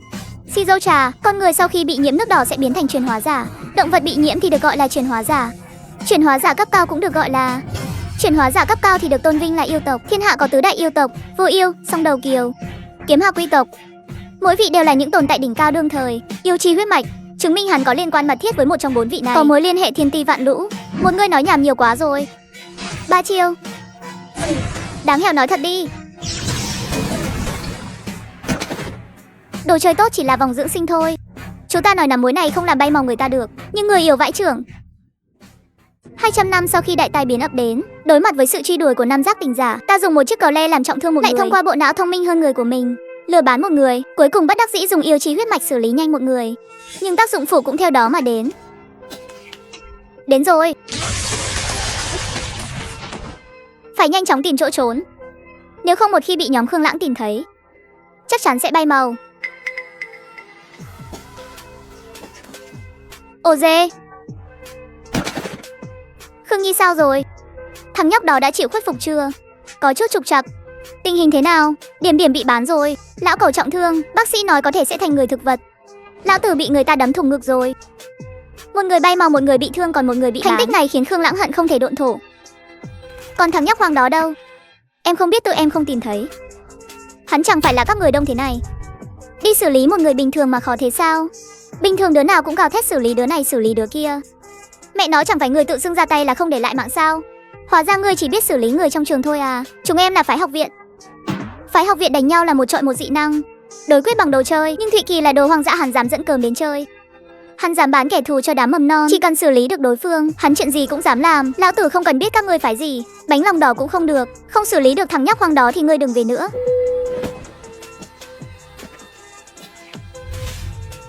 Thiếu gia tìm thấy mẹ nuôi của thằng nhóc đó rồi. Ngôi làng của họ bị một thế lực không tên hủy diệt rồi. Người đàn bà đó ốm yếu bệnh tật nên không đi xa được, đang trốn ở làng bên cạnh đưa người về đây.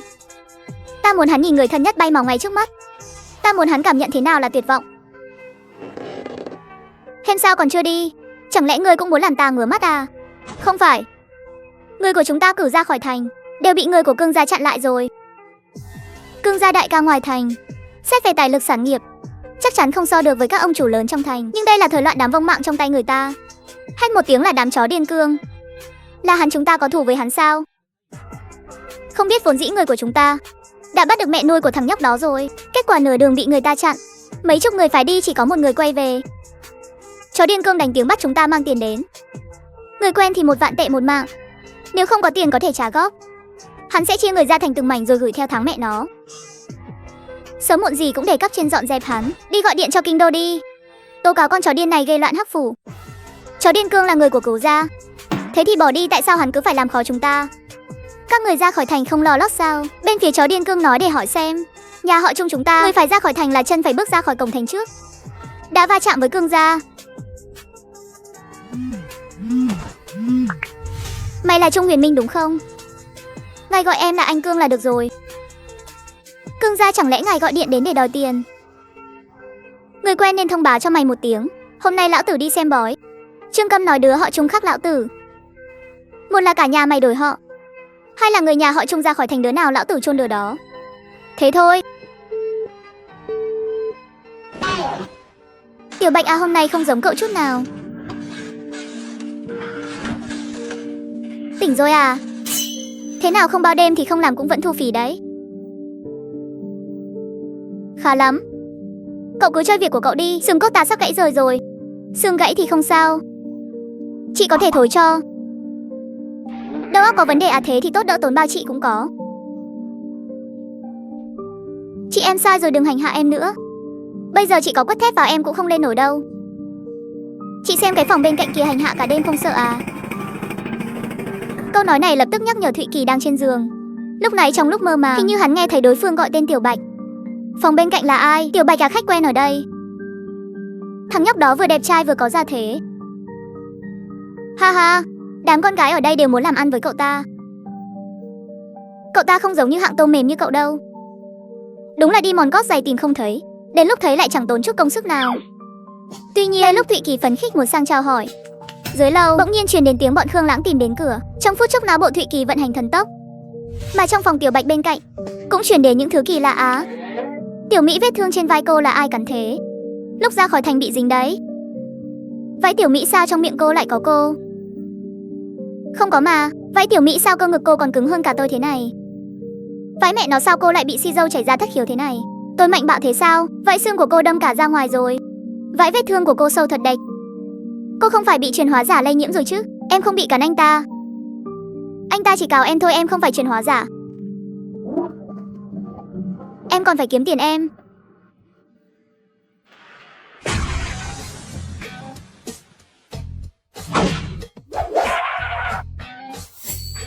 Cậu là anh em của Tiểu Bạch.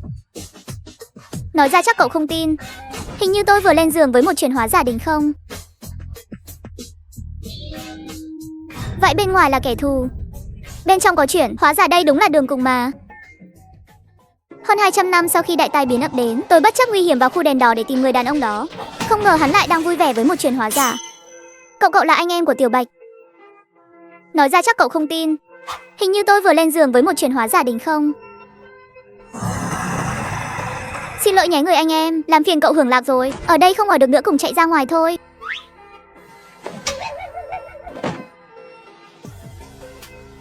Không phải chứ cậu yêu thế à?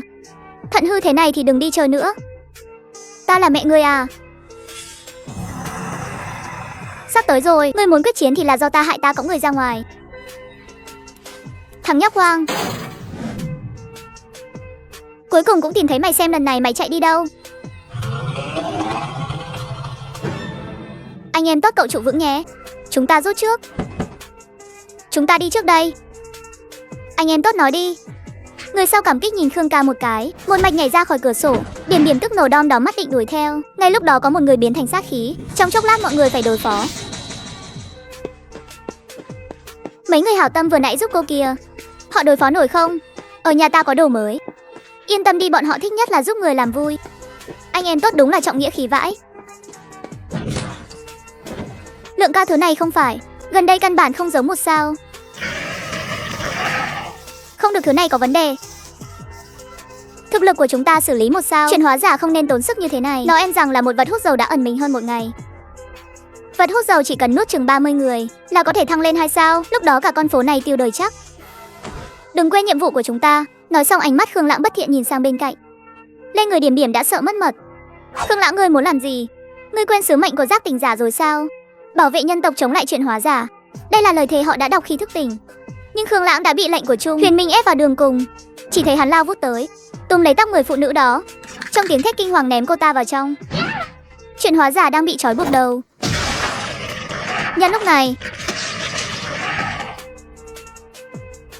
nhà ta tuyệt đối an toàn. Người anh em này, thắng này của cậu khiến tôi muốn đập vỡ mấy hũ tro cốt. Tiền đều tiêu vào việc quan trọng rồi. Người anh em đỉnh không? Biết thế lúc nãy nên quay phim lại. Tôi đoán mình là người đàn ông đầu tiên trên giam bác chuyển hóa giả về. Tên kỳ quặc này thật sự là con riêng của đại nhân vật. Trong truyền thuyết đó sao? Sao lại mỹ thế này? Nhưng hành động tiếp theo của Tiểu Bạch lại khiến Thụy Kỳ có chút bất ngờ. Trong tủ có cơm thừa từ hôm qua, đói thì ăn, mệt thì ngủ. Cậu đi đâu đi cứu người à? Tiểu Mỹ là bạn giường tốt nhất của tôi, không thể để cô ấy biến thành quái vật hại người được. Hơn nữa đám con gái ở khu đèn đỏ này một nửa đều đã có những kỷ niệm ngọt ngào với tôi không thể trơ mắt nhìn họ gặp chuyện. Chuyện này không phù hợp với cuộc đời cậu. Lão già không trách nhiệm của tôi từng nói, đời người có thể khốn nạn, nhưng trong lòng phải có một cái cân, phải biết mình sống vì cái gì. Tôi sống chỉ vì mấy chuyện vụn vặt trên giường thôi. Khu đèn đỏ chính là nửa cái nhà của tôi, mấy em gái trong đó đều đã từng giao đấu với tôi. Họ mà mất đi thì tôi sẽ cô đơn lắm.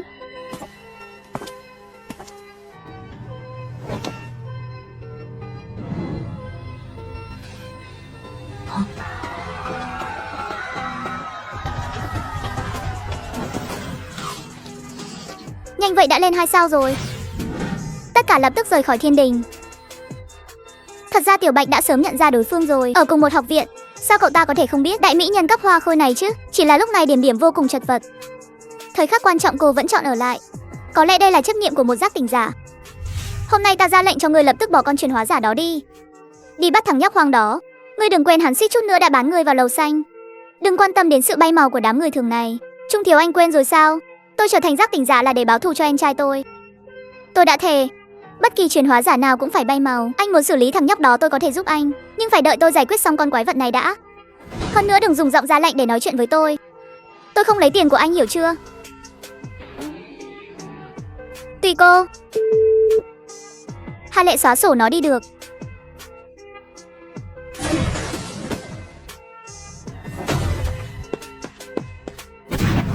Tiến vào Thái Sơn Thị.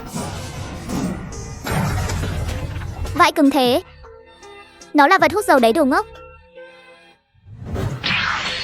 Sơ hở rồi chú ý kia.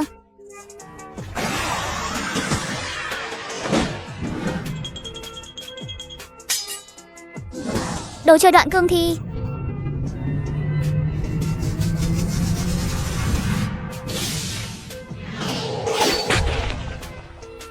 Theo sau khi chuyển hóa giả bị đánh bay, hai người cuối cùng cũng có thời gian thở dốc.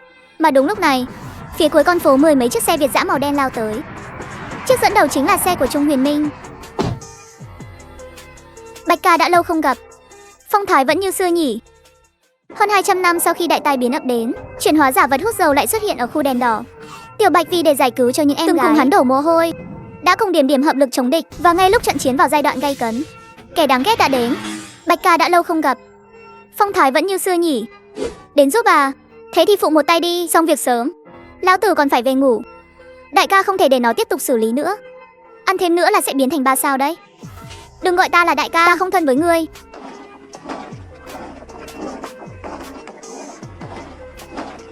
Ngươi có giúp không? Giúp thì vào, không thì biến đi, đừng có cản đường. Ha ha, Bạch ca nói đùa rồi. Anh đã mở lời thì đàn em chắc chắn phải giúp. Chỉ là nghe nói lúc này anh vừa cứu một kẻ thù của tôi, thằng nhóc đó có chút ân oán với tôi. Nếu Bạch ca có thể giao hắn cho tôi, đừng nói là một con chuyển hóa giả hèn mọn, sau này mọi chi phí của anh ở Hắc Phủ tôi bao hết. Thật lòng mà nói, đàn em đã sớm muốn kết bạn với anh rồi. Người già nhà tôi từng dạy, ra đời lăn lộn không được bán đứng người khác, cho dù là tình cờ gặp gỡ.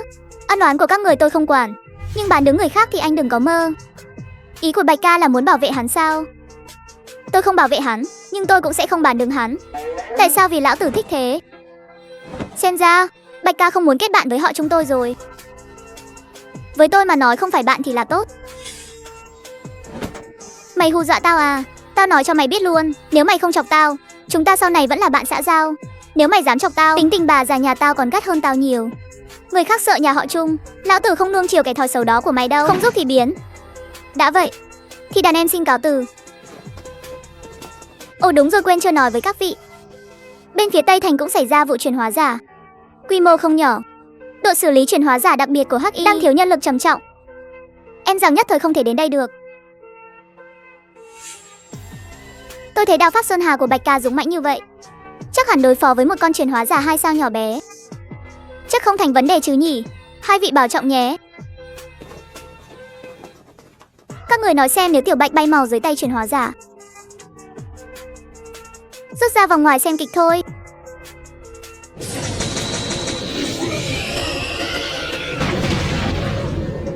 Không thể trì hoãn thêm nữa. Đầu sắp nổ tung rồi, triển khai đi.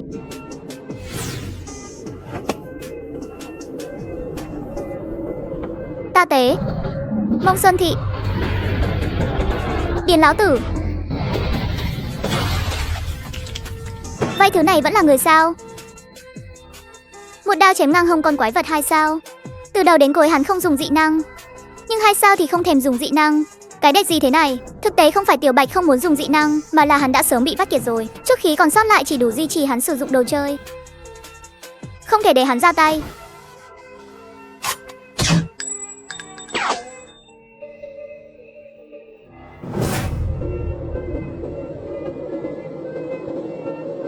Tiến hóa lên 3 sao rồi, hủ thi trùng ngon rồi. Nhưng vừa mới bước ra một bước, 2 chân Tiểu Bạch như đổ chì. Suýt chút nữa thì quỳ xuống. Chị đánh mặt dày tuyệt vọng nhìn Điểm Điểm. Chị gái à, chị cõng em chạy đi, não bị thổi men rồi. Nghe vậy Điểm Điểm chỉ cười khổ một tiếng, ánh mắt đầy dẫy sự tuyệt vọng và một chút hạnh phúc kỳ quái. Không chạy thoát được đâu, em trai tôi chính là mất mạng dưới tay hủ thi trùng hậu. Tính trả thù của thứ này cực lớn, trên người chúng ta có mùi của nó, chạy đến chân trời góc bể cũng vô ích. Trên không trung, con quái vật 3 sao mới sinh đó chậm rãi vô cánh, đôi mắt đỏ như nước đỏ chăm chăm khóa chặt hai người dưới đất. Đùa to à Tiểu Mỹ, cô quên những lời thề non hẹn biển của chúng ta rồi sao? Dù sao cũng đã từng có một lần ân ái, không được chơi kiểu này đâu. Đã nói là để tôi sướng phát điên, chứ không phải kiểu bay màu này. Các người nhìn xem, một ống tiên chân khí trống rỗng vẫn còn cắm trên ngực con quái vật. Rõ ràng lý do chuyển hóa giả đột ngột tiến hóa có liên quan đến thứ này. Chuyển hóa giả 5 sao, kinh hãi hì hì. Vốn dĩ là chuẩn bị cho thằng nhóc hoang đó, không ngờ lại dùng ở đây. Mẹ ơi, sao mẹ không sinh thêm cho con 2 cái chân nữa? Vậy ai mà cứu được tôi nguyện gọi người đó là bố mỗi ngày luôn.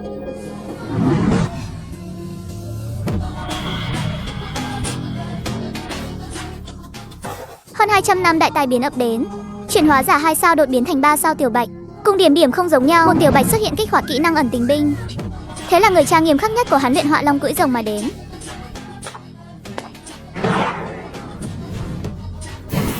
Ta thấy đó là dịch ăn mòn.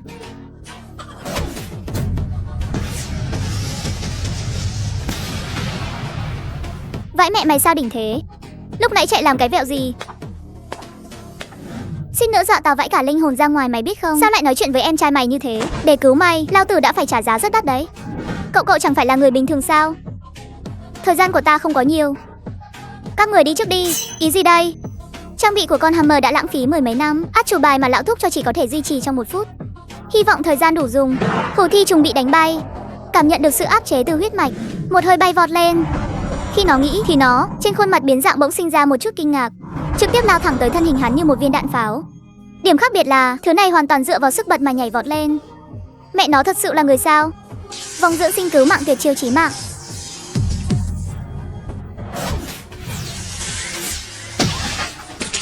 Chạy mau, đây là lượt đầu tiên của Trung Huyền Minh.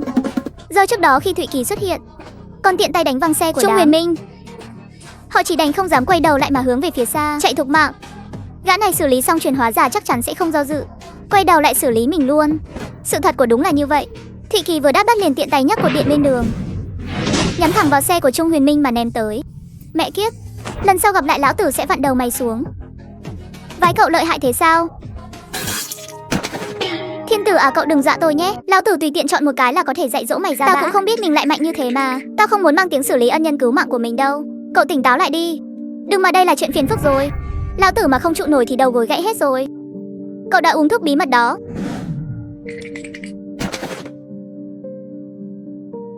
Vậy cuối cùng cậu cũng tỉnh rồi. Người anh em tôi Tiểu Bạch không phải hạng người tốt lành gì, nhưng cậu đã liều mạng cứu tôi. Sau này cậu chính là anh em tốt nhất của lão tử. Chẳng phải là bố cậu sao? Đi, lão tử không có bạn. Từ nhỏ cũng không ai thèm chơi với tôi. Cậu là người đầu tiên dám liều mạng vì tôi. Không nói nhiều nữa, sau này cùng tung hoành thiên hạ. Tôi muốn xử lý nhà họ Trung. Mẹ nó, Trung Huyền Minh suýt chút nữa hại chết tôi. Cậu không xử lý hắn thì tôi cũng phải tìm cách chỉnh hắn. Bắt mẹ nó cậu Đình như thế. Tại sao không trực tiếp đến đập cho thằng khốn Trung Huyền Minh đó một trận? Làm ơn đi nhìn cho kỹ vào. Hiện tại tôi là người bình thường. Hôm qua để cứu cậu đã mở xiềng xích huyết mạch tầng thứ 2, suýt chút nữa bị phản phệ mà bay màu. Hơn nữa xiềng xích tầng thứ 2 cần át chủ bài gấp mấy lần của tôi mới mở được. Ngay cả xiềng xích tầng thứ nhất tôi cũng chỉ có thể duy trì trong 5 phút, dùng xong là gục luôn. Ở trường đối phó với đám gà mờ đó thì còn được, nhưng đụng phải cao thủ thực sự của nhà họ Trung, tôi chắc chắn sẽ bay màu ngay. Chú tôi nói rồi ra đời lăn lộn. Quan trọng nhất là tiền nhiều và anh em nhiều. Tiền nhiều thì dễ làm việc, anh em nhiều thì dễ mua chuộc. Coi như cậu có tự trọng đấy. Đừng nghĩ đến việc đụng vào nhà họ Trung lúc này. Nếu tôi là cậu tôi sẽ chạy trốn ngay bây giờ. Tự mình xem đi. Thứ nhỏ xíu này để tôi xem. Xem xong Tiểu Bạch lập tức biến sắc. Ánh mắt nhìn Thụy Kỳ cũng từ cảm kích chuyển thành áy náy. Chức năng cơ thể bị hư hại 40%, nội tạng không chịu nổi tải trọng cao, các cơ quan đã bắt đầu suy kiệt. Từ nay về sau đừng nói là đấu với nhà họ Trung. Cậu có thể chạy được vài bước cũng được coi là kỳ tích y học rồi. Giờ tôi sẽ đi cầu xin bà nội tôi, bảo bà đưa cậu đến bệnh viện tốt nhất ở kinh đô để điều trị. Vô ích thôi, giờ chỉ có giác tỉnh mới cứu được cậu ấy. Sắt đá à, cậu yên tâm đi, nếu đời này cậu có phế rồi thì lão tử sẽ là hàng nóng của cậu. Sau này kẻ thù của cậu cũng là của tôi. Cậu đợi đó, tôi về cầu xin bà nội ngay đây. Cùng lắm thì quỳ thôi, quỳ 3 ngày 3 đêm cũng phải bắt bà ấy giúp một tay. Bị dạy dỗ rồi mà còn bày đặt u sầu gì chứ. Lão tử cảm nhận được rồi, thằng nhóc đó đêm qua đã dùng sức mạnh của ta. Chắc là xác suất thế oanh tạc rồi đây. Phen này nó mà không khóc lóc gọi điện cho ta thì lão tử nhất định không thèm ra tay xử lý giúp nó đâu. Thằng nhóc danh, cuối cùng cũng có ngày này. Ha ha ha, cùng lúc đó, ở một phía khác, Tinh Tình đã giới thiệu Chu Tiểu Bảo cho Trung Thiếu. Chu Tiểu Bảo hiến cho Trung Thiếu một kế, đó là Trung Thiếu chi tiền.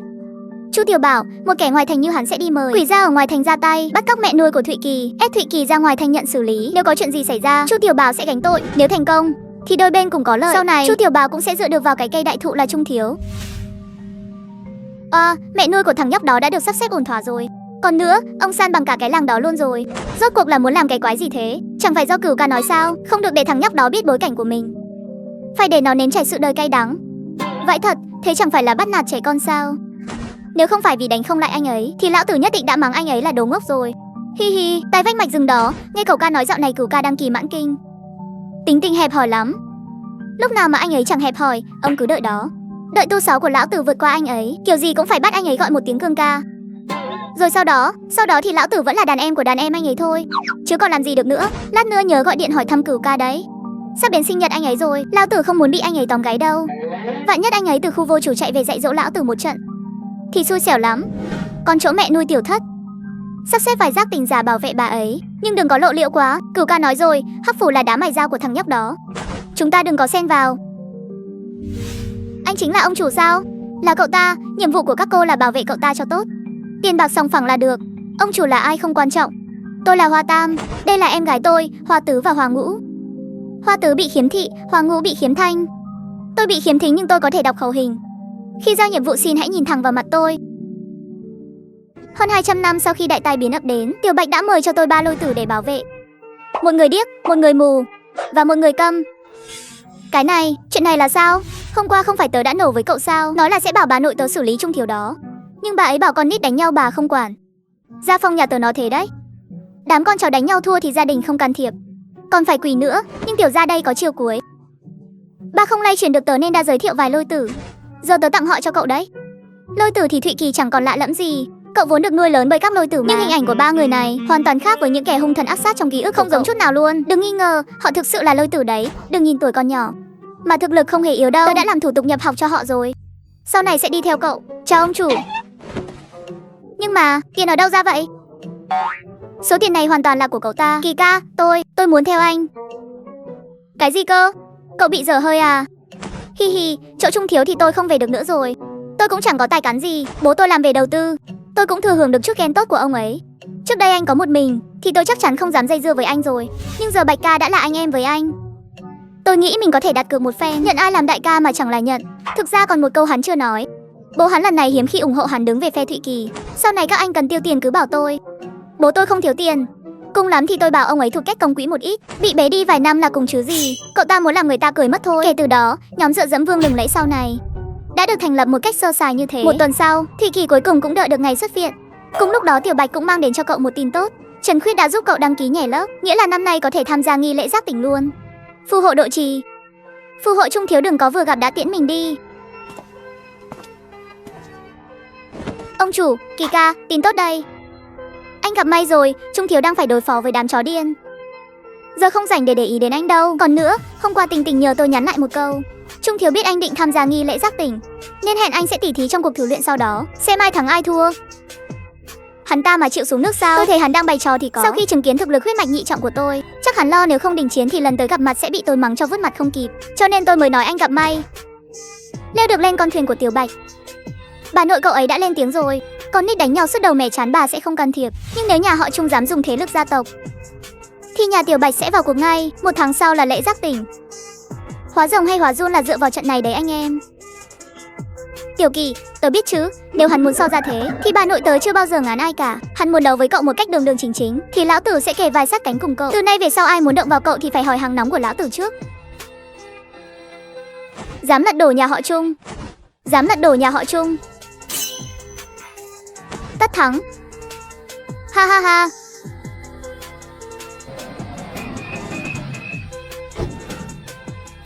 Vãi, Tiểu Bạch đến trường rồi kìa.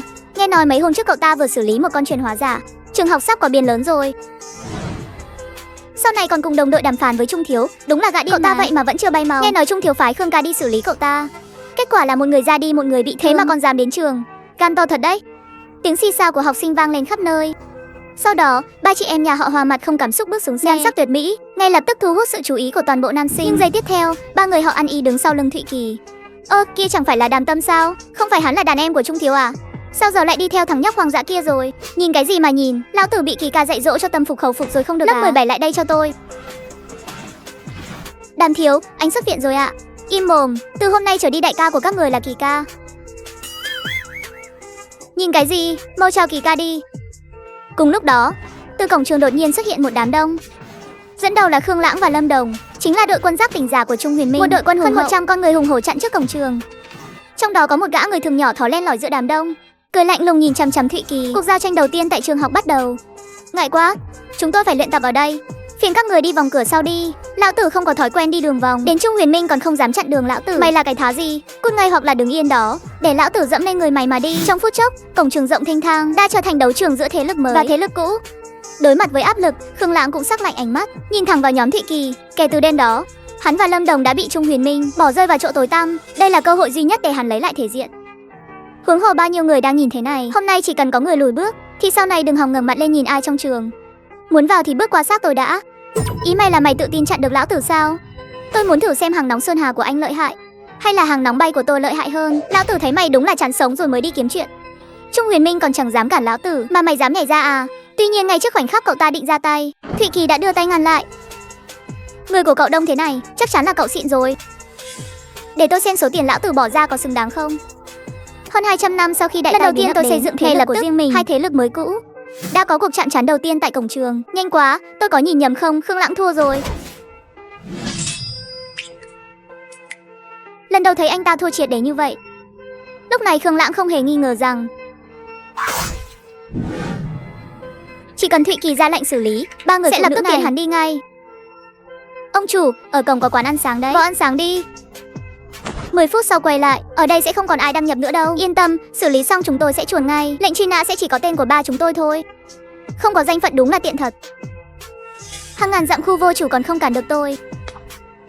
Thành phòng quân trang bị tận răng còn không cản được tôi. Thì mày lấy cái gì mà đòi động thủ với tôi? Trung Huyền Minh còn nể mặt tôi, mày thì chưa đủ trình. Thấy Lâm Đồng định tiến lên, nhưng giây tiếp theo, một món đồ chơi hồ điệp màu đỏ đã chỉ thẳng vào người đã đằng xuất, tiến gần ông chủ trong vòng 3 mét, bay màu. Hiện trường im phăng phắc đến đáng sợ. Khương Lãng và Lâm Đồng lâm vào thế tiến thoái lưỡng nan. Kỹ thuật dùng hàng nóng của mày quá chậm. So với tôi thì còn tạm được, nhưng nếu chơi liều thì mày còn chẳng có cơ hội giết hàng đâu. Một là mày tránh ra, hai là tôi sẽ không để cô ấy xử lý người đâu. Hoặc là mày cứ đứng đó mà đặt cược xem tôi có dám tiễn mày đi không. Sau 3 tiếng đếm, Khương Lãng không động đậy nhưng Lâm Đồng đã nhúc nhích. Hắn túm lấy áo Khương Lãng kéo sang một bên. Nếu hôm nay là người khác nói câu đó thì hắn có thể không tin, nhưng duy nhất Thụy Kỳ là hắn ra đi của lão Toàn vẫn còn mồn một trước mắt. Sợ đăng xuất à? Mày tưởng đây là thi đấu ở trường sao? Mày thử ra ngoài thành mà xem. Đứa trẻ 10 tuổi đứa nào cũng thế thôi.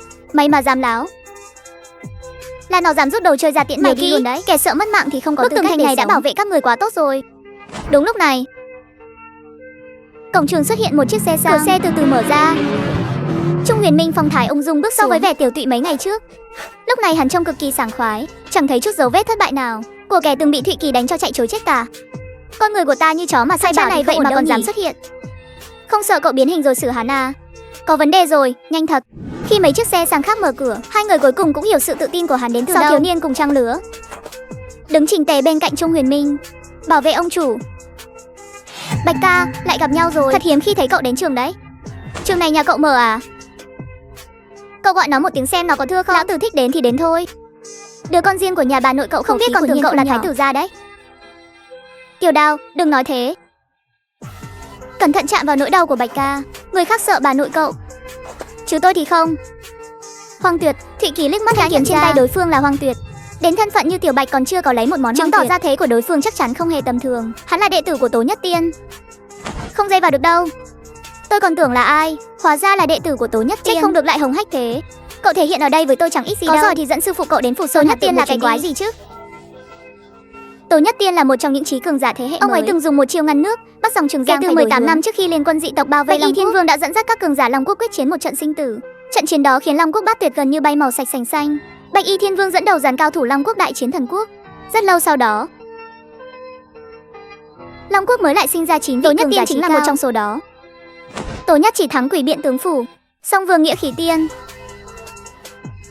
Thiết Thư Nhân, Đả Thần Tiên, Người mù giấu đồ chơi, Chẳng thấy thương vương cuồng, yêu hồ mê hoặc chúng sinh. Hãy nghe Di Lặc giảng. Bài thơ này ghi lại danh tính của 9 vị siêu cấp tiểu đào này. Chính là đệ tử chân truyền mà Tố Nhất Tiên là một tên tiểu khất cái. Mới 1 năm mà đã là nhị tuyệt đỉnh phong rồi. Còn có câu Điêu Long Sử. Dưới cửu tuyệt đều là kiến hôi. Vậy những người khác sau lưng hắn thì sao? Đam Tâm và Tiểu Bạch nói mấy thứ đó cậu nghe không hiểu. Mà cũng chẳng quan tâm. Cậu chỉ quan tâm đến đối thủ sắp phải đối mặt bản đều ở nhị tuyệt trung kỳ, đều là cao thủ đến từ kinh đô. Nằm trong top 100 cuộc thi thử luyện giáp đỉnh giá toàn quốc năm ngoái. Nhưng cũng chỉ ở tầm hạng 80 là đầu của lão tử gì đó Trung Huyền Minh gọi họ đến. Xem ra lần này hắn quyết tâm muốn tiễn cậu đi trong trận đấu rồi. Tiểu Bạch vừa chân thành vỗ vai nếu cậu giác tỉnh thất bại, tớ sẽ đưa cậu về Phù Sơn Hà Tự. Đừng nói là nhà họ Trung, dù Tố Nhất Tiên có đến cũng không làm gì của chúng ta. Hy vọng mày đừng lỗi hẹn. Gợi ý hữu nghị là mỗi năm thi đấu đều cẩn thận mà bay màu ở trong đó. Thì bà nội cậu cũng chẳng làm gì được đâu. Thời gian này tôi sẽ không tìm rắc rối với các người. Có cần xử lý hắn không? Động thủ vào buổi tối thì tôi có 5 phần nắm chắc. Đấy. Dám bàn bạc chuyện tiễn người ta đi ngay trước mặt thường nhà họ Trung này rồi. Không cần, tôi đã nói rồi, tôi muốn hắn phải quỳ xuống. Ít nhất còn 1 tháng nữa để mày gọi người đấy. Mày có thể gọi cái ông tiên gì đó đến cũng được. Chỉ dựa vào mày mà cũng đòi dùng ra thế ra đây sao? Hãy hỏi thanh vấn cừu trong tay tôi đã. Vấn cừu cái gì? Hỏi xem quân có bao nhiêu thù. Lần sau dạy dỗ Thái giám đi lầu xanh nhé. Hóa ra là huynh đài Thái giám. Thế thì đời cậu bi kịch thật đấy. Nói xong Thụy Kỳ thò tay vào túi áo lúc lọi dưới trước mặt bản dân thiên hạ, ném một đồng xu xuống đất. Bố thí cho đấy. Sau đó dẫn mọi người quay đầu bước đi, tiến thẳng vào trong trường.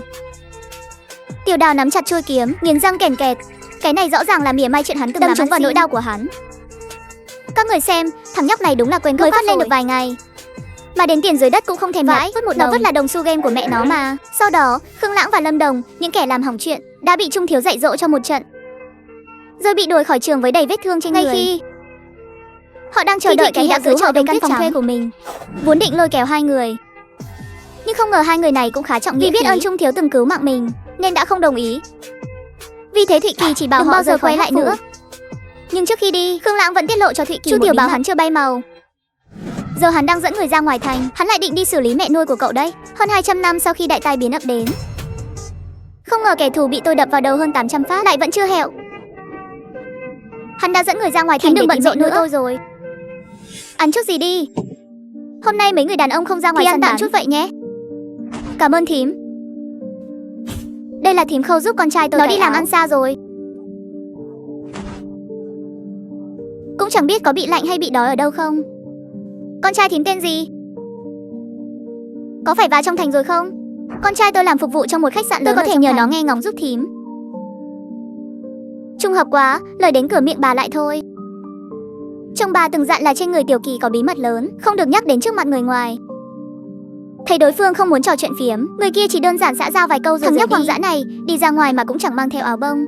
Nếu có ngày tôi ra đi rồi thì anh tính sao đây? Thế thì bà đi cùng nó luôn đi.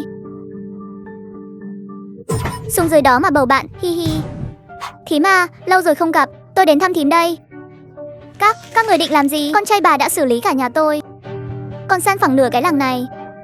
Bà nói xem tôi đến đây làm gì? Thím à, nhà cháu đối xử với thím cho nói tệ đúng không? Sau khi thím ra đi đám tang đều do ông nội cháu. Tại sao thằng Tiểu Thất lại lấy oán báo ân? Xử lý ông nội cháu rồi mà vẫn chưa thỏa mãn sao? Nó còn định vào thành xử lý cháu. Nếu không phải thì cháu nhà họ Chu đã tuyệt diệt rồi. Cháu đã được thiếu gia trong thành để mắt tới. Nếu Tiểu Kỳ không tiễn cả nhà cháu đi thì cháu đã tìm cách bù đắp cho các người rồi. Tại sao các người lại nhận tâm như thế? Tôi phải khiến Tiểu Kỳ cũng phải nếm trải cái cảm giác mất đi người thân là thế nào. Không phải bà muốn biết Tiểu Kỳ ở đâu sao? Sớm thôi tôi sẽ cho mẹ con bà đoàn tụ. Người phụ nữ trông có vẻ yếu đuối trước mặt cười lạnh một tiếng, Suốt quá trình không hề rên gì lấy một câu, chỉ nghe đối phương mắng chửi thậm tệ. Ba liền cầm lấy cây kéo trên bàn, định kề vào cổ mình. Muốn đăng xuất à? Lão tử đã cho phép bà ra đi. Con trai bà chẳng phải rất hiếu thảo sao? Lão tử phải xem nó có dám đến cứu bà không. Tôi đã đào một cái hố ngay trên nền cũ của làng mình. Ông nội tôi ra đi thảm thế nào thì các người phải thảm hơn gấp trăm lần. Đưa Tiểu đi, lão tử phải xử lý mẹ nuôi mày ngay trước mặt mày.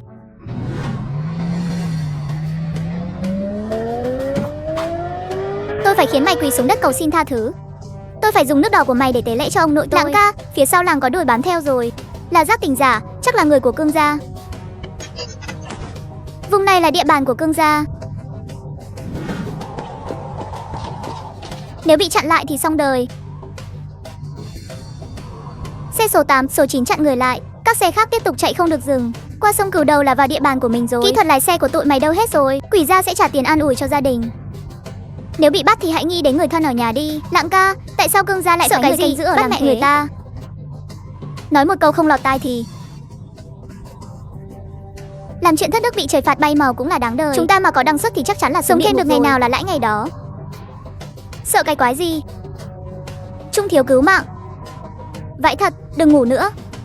Mau dậy đi, đừng có lề mề nữa. Làm gì thế hả?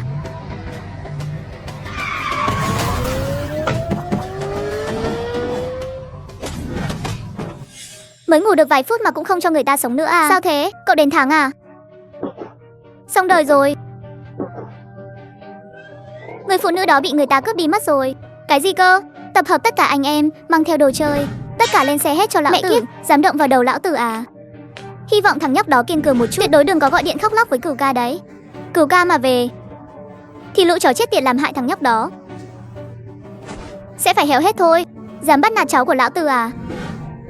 Nhà họ Trung đúng là muốn lật trời thật rồi. Mang hết người lên đây cho lão tử. Vài phút sau, hàng chục người của nhà họ Trung bị áp giải đến trước đám đông. Một quỳ trên đất run bần bật. Sau đó Cương gia gọi điện cho gia chủ nhà họ Trung. Hello, chẳng phải nói là Hậu Thiên mới đàm phán sao? Đàm phán cái gì mà đàm phán? Từ hôm nay trở đi lão tử chẳng làm cái quái gì nữa, chỉ tập trung xử lý nhà ông thôi. Từ hôm nay lão tử đây không làm gì khác nữa, chỉ tập trung dạy dỗ mày thôi. Giờ cậu có thể mắng người rồi đấy. Lão tử cho ngươi thời gian gọi hội, sự kiên nhẫn của ta có hạn thôi. Ngươi điên rồi. Điên cái gì? Mẹ kiếp, giờ ngươi mới biết à? Đừng vội, còn kẻ điên hơn sắp tìm đến ngươi rồi đấy. Mạch Xuân Phủ chỉ là đang tạm ẩn mình thôi. Mẹ kiếp, vẫn chưa bay màu hết đâu nhé. Đi mà hỏi xếp sóng hắc phủ ấy, xem lão có dám động vào con non của bọn ta không. Ra tay đi. Được lắm, họ Trung kia, khai chiến rồi, cứ đợi đấy. Gọi điện cho Thất gia mau. Mẹ kiếp, cứ bảo với lão là cháu trai ruột bị người ta dạy dỗ rồi. Cùng lúc đó, dọc đường, đoàn xe của Chu Tiểu Bảo từng chiếc một. Có một người, nhưng cũng giống hắn, đều thuộc hệ chó, cắn chặt đoàn xe không buông. Chưa đầy nửa tiếng, đoàn xe chỉ còn lại 4 chiếc. Nhìn lại đám truy binh phía sau, người không nhiều nhưng sát khí ngút trời. Trong đó có một kẻ còn tay cầm khiên của mình, trông như lệ quỷ. Đám người của cậu điên đều cùng một ruột cả thôi. Biết lái xe không? Không biết à? Này, đừng có bỏ chạy chứ. Ngươi run cái vẹo gì? Ra ngoài làm việc không phải tiễn người ta đi thì là bị người ta tiễn đi thôi. Không có giác ngộ này thì ngươi ra ngoài làm gì? Lát nữa lão tử đi chặn người. Ngươi mang người đi, rõ chưa? Tôi không làm được đâu. Sợ thì có ích gì? Ngươi tưởng đây là đi khách chắc, đàn bà không cứng được thì còn giúp ngươi thổi được. Không mang được nó đi thì ngươi ở lại mà ra đi cùng luôn.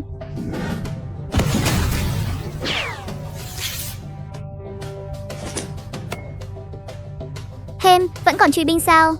Sao bọn chúng lại chạy lên trước mình rồi?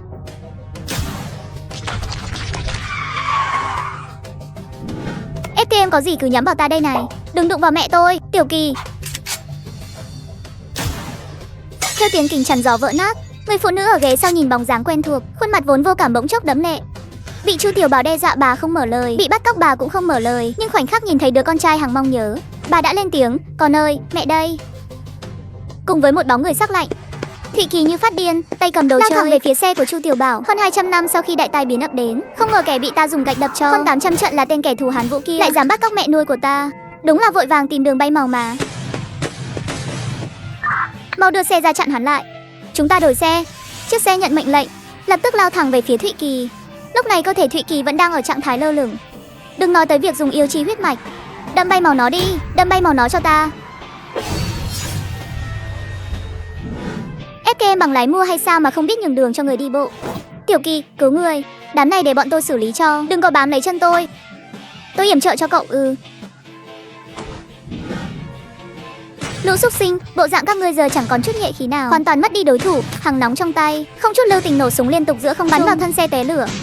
Thấy vậy Đàm Tâm cũng không chịu thua kém. Xem chiêu của ta đây, theo lực giật cực mạnh của hằng nóng, cũng khiến Đàm Tâm ngã lăn ra đất, nhưng viên đạn lại bay cực chuẩn, trúng ngay chân Chu Tiểu Bảo đang định cầm đồ chơi chạy trốn.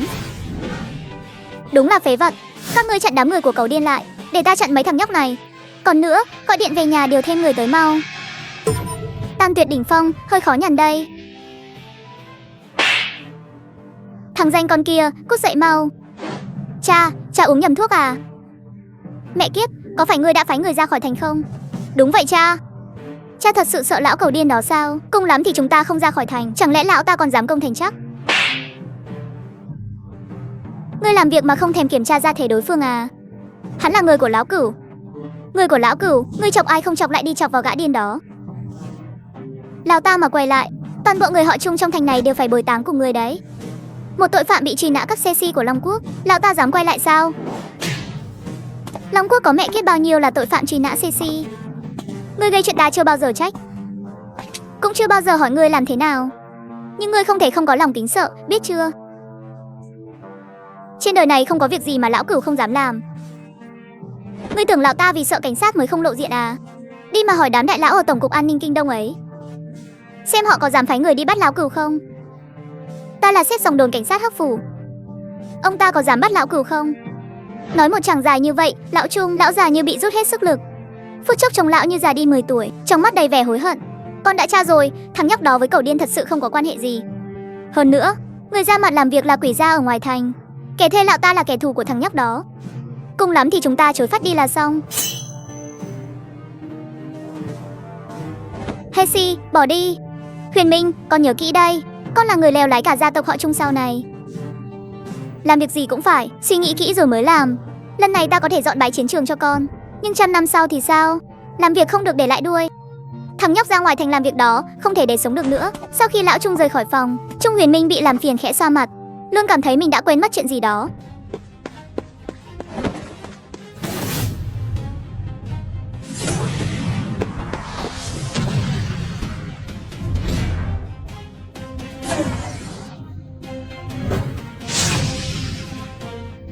Dị năng không gian, lại còn là 3 người. Phải biết rằng không gian và thời gian là những dị năng thuộc hàng siêu hiếm. Hầu như mỗi người khi trưởng thành đều là cường giả đỉnh cao. Một lúc xuất hiện 3 người, ngay cả hắn cũng cảm thấy áp lực nặng nề. Một đạo ý niệm trong lòng lập tức nhảy vọt. Chu Thâm, đây là bộ dụng cụ đặc biệt mô phỏng kim trung trảo. Không đúng, sao có thể vừa biết dị năng không gian, vừa có tính song tuyệt như độc khí được? Dị năng xích hỏa phanh thiên.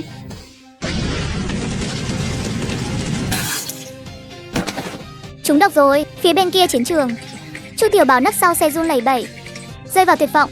FKM đông quá. Bước ra đi, vực dính kẹo đồng thì đừng có mà kêu, cẩn thận.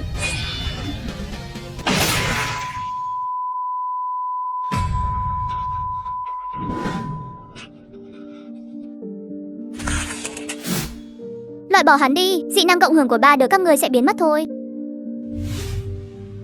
Cứ tưởng ngươi mới là kẻ khó đối phó nhất, thực ra đáng sợ nhất là cái tên câm này mới đúng. Cộng hưởng dị năng, thú vị đấy. Ngay khoảnh khắc Hòa Vũ ngã xuống, một sợi chỉ đỏ nhạt nhạt kết nối 3 người, trực tiếp đứt đoạn, cộng hưởng biến mất. Biết thế nào là bọ ngựa bắt ve, chim sẻ trực sẵn phía sau chưa? Theo cái phẩy tay của hắn, trong bóng tối, từng nhóm người đeo khẩu trang, tay cầm dụng cụ đặc biệt sắc nhọn bước ra. Nhóc con, về võ lực ngươi là hạng này, về náo bộ ngươi cũng là hạng này. Tiểu Kỳ à, ngươi thua mẹ nó rồi. Bỏ đồ chơi xuống, quỳ xuống. Hơn 200 năm sau khi đại tai biến ập đến, ngay lúc ta tưởng chừng đã cứu được mẹ nuôi, tên hèn hạ nấp trong bóng cây lén lút đánh lén, khiến Hoa Vũ bị trọng thương. Mẹ nuôi cũng bị tên trà xanh đó thường co dùng dụng cụ đặc biệt kề cổ đe dọa. Phải phá giải thế cục này thế nào đây? Đừng nói ta bắt nạt các ngươi. Ta không ra tay, nhưng bọn họ thì không chắc đâu. Tiểu Kỳ, chẳng phải ngươi lợi hại lắm sao? Chẳng phải ngươi muốn xử lý ta sao? Tới đây, mẹ kiếp có giỏi thì ra tay ngay đi. Nói thật cho ngươi biết, cha nuôi của ngươi là do lão tử tiễn đi. Chính ta đã giả vờ bị kẻ chuyển hóa truy đuổi, để dẫn ông ta vào sao huyệt của bọn chúng. Lúc cha nuôi ngươi bị trọng thương, cũng chính tay ta đã đẩy ông ta xuống vực. Ha ha ha ha, có phải không ngờ rằng ông ta ra đi là vì ngươi không? Ông nội ta bỏ ra 10 vạn để mua tín vật, thế mà ông ta lại dám từ chối. Dựa vào cái gì chứ? Loại phế vật như ngươi có vào thành cũng chỉ có nước phơi xác ngoài đường thôi. Chỉ có người thông minh như ta mới xứng đáng được sống. Quỳ xuống, thằng danh. kiện hắn đi, kiện hắn đi. Lúc này, khi đã biết nguyên nhân chồng mình qua đời, bà đã không còn động lực để sống tiếp nữa. Thông minh nhỉ, ngươi tới số rồi, chuyện hôm nay không xong được đâu. Nói đoạn, dụng cụ đặc biệt trong tay Tiểu Bạch cảm nhận được cơn giận của chủ nhân, liên tục phát ra những tiếng rền rĩ trầm thấp. Phía sau cứ giao cho tôi. Thật khó xử. Còn nữa, tôi hỏi thật, nếu là cậu thì cậu chọn thế nào? Khoảnh khắc này, cậu như thấy người đàn ông đó nhếch mép cười xấu xa, thốt ra câu cửa miệng, chỉ cần cậu không có đạo đức thì không ai có thể đe dọa được cậu. Ngươi muốn bà ta bay màu sao? Hừ, đâm não tử xong là dùng đồ chơi ngay. Bà ấy mà mất, tôi xuống dưới bầu bạn cùng mẹ luôn. Kiếp cũng đừng mong sống sót.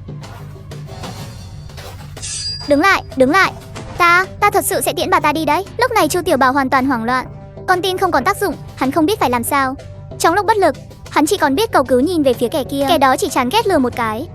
Một thanh dụng cụ đặc biệt đầy ý chí thiếu kiên nhẫn bay vút ra, lao thẳng về phía Thụy Kỳ. Xong, cẩn thận.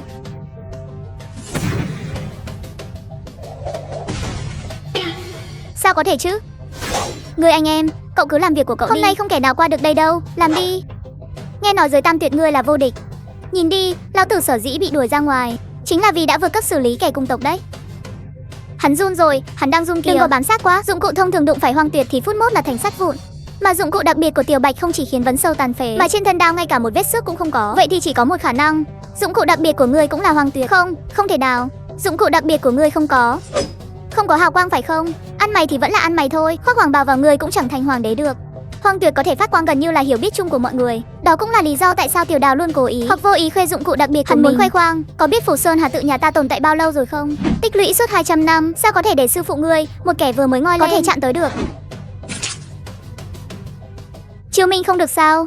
Xếp hạng 23 trên bảng xếp hạng Hoang Tuyệt nước ta. Trước mặt ta, báu vật trấn giữ của bảo tàng. Đã hứa với bà cụ là sẽ không dùng nữa. Cậu thất hứa rồi. Ngươi và ta cùng trấn giữ đồi núi này. Lấy nước đỏ khai phong, kiếm chủ khai thân, sinh tử đồng cam, sát khí chưa tan. Tất cả là ta.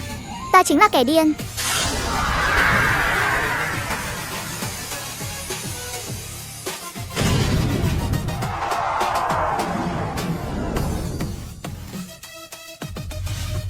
Món Hoang Tuyệt thật sự lại giấu trong dụng cụ đặc biệt. Ngươi anh em, không chỉ mình cậu có bài tẩy, lão tử cũng có. Tìm cách đưa mẹ nuôi cậu đi trước đi. Ở đây có tôi lo.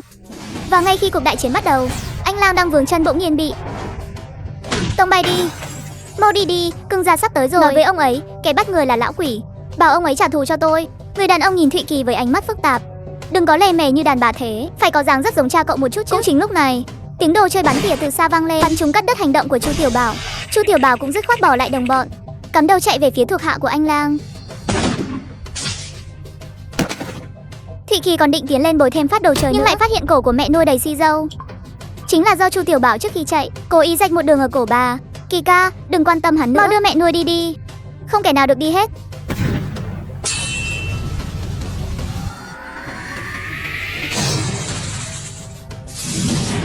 Dương Vĩ, đừng để bọn chúng chạy thoát. Phía bên kia, Thụy Kỳ có người phụ nữ lên, ánh mắt đầy vẻ đắn đo nhìn về phía Tiểu Bạch. Bỏ mặc anh em để tự thoát thân, không đúng với những gì ông ấy đã dạy cậu. Nhưng hiện tại cậu cơ bản chỉ là một phế nhân, thậm chí không bằng cả người thường. Ở lại không những không giúp được gì, mà còn làm vướng chân khiến Tiểu Bạch phải bảo vệ mình. Xếp đi trước đi. Mẹ kiếp, lên hết cho ta. Phải giữ người lại bằng được. Yên tâm, ở đây cứ để tôi. Thầy bói bảo lão tử sống thọ tới 100 tuổi cơ. Cậu đi trước đi, đừng có mẹ kiếp mà hẹo sớm. Chưa kịp làm anh em tốt với cậu đâu. Thấy vậy Thụy Kỳ không còn do dự nữa. Đàn Tâm, Cộng Hòa Vũ, chúng ta rút trước. Cuộc hỗn chiến chính thức bùng nổ. Thuộc hạ duy nhất còn sống của cậu điên bám giết lấy anh Lang không buông, cho đến khi thấy bóng dáng Thụy Kỳ biến mất trong màn đêm, mới nở một nụ cười an lòng. Trong vòng nửa tiếng, nhóm Thụy Kỳ đã bị mất phương hướng. Đám truy binh phía sau vẫn đuổi theo không buông, mà cơ thể Thụy Kỳ cũng đã đạt tới giới hạn. Kỳ, Thiên Phóng. Để mẹ xuống đi, mẹ không muốn làm liên lụy đến con.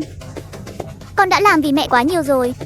Con có thể ra đi cùng mẹ, nhưng không bao giờ bỏ mặc mẹ được. Chú Phất đã nói, không được làm việc gì khiến mình phải hối hận. Lúc này Hòa Vũ sau cơn hôn mê ngắn đã tỉnh lại, chỉ đường cho mọi người. Nhìn theo hướng tay cô chỉ, phía xa thấp thoáng có bóng dáng của một ngôi nhà. Chạy điên cùng thêm 10 phút nữa, một ngôi nhà đã hiện ra trước mắt mọi người. Nói là nhà nhưng thực chất là đục sâu vào một cái hang trên ngọn núi đá chọc. Cửa hang dùng một tảng đá lớn làm cửa, mau vào đi. Chị Hòa Vũ, chị đi được không? Em hết sức cõng rồi. Hòa Vũ gật đầu, xuống xe cùng Đàm Tâm đang rũ rượi đi tới cửa. Nhưng ngay lúc đó, Hòa Vũ lại tung một cước đá bay Đàm Tâm vào trong nhà. Ái chà, chị Hoa Vũ chị làm cái gì vậy? Chị mau vào đi chứ. Nhà đá này có thể trụ được một lát. Để chị đóng cửa.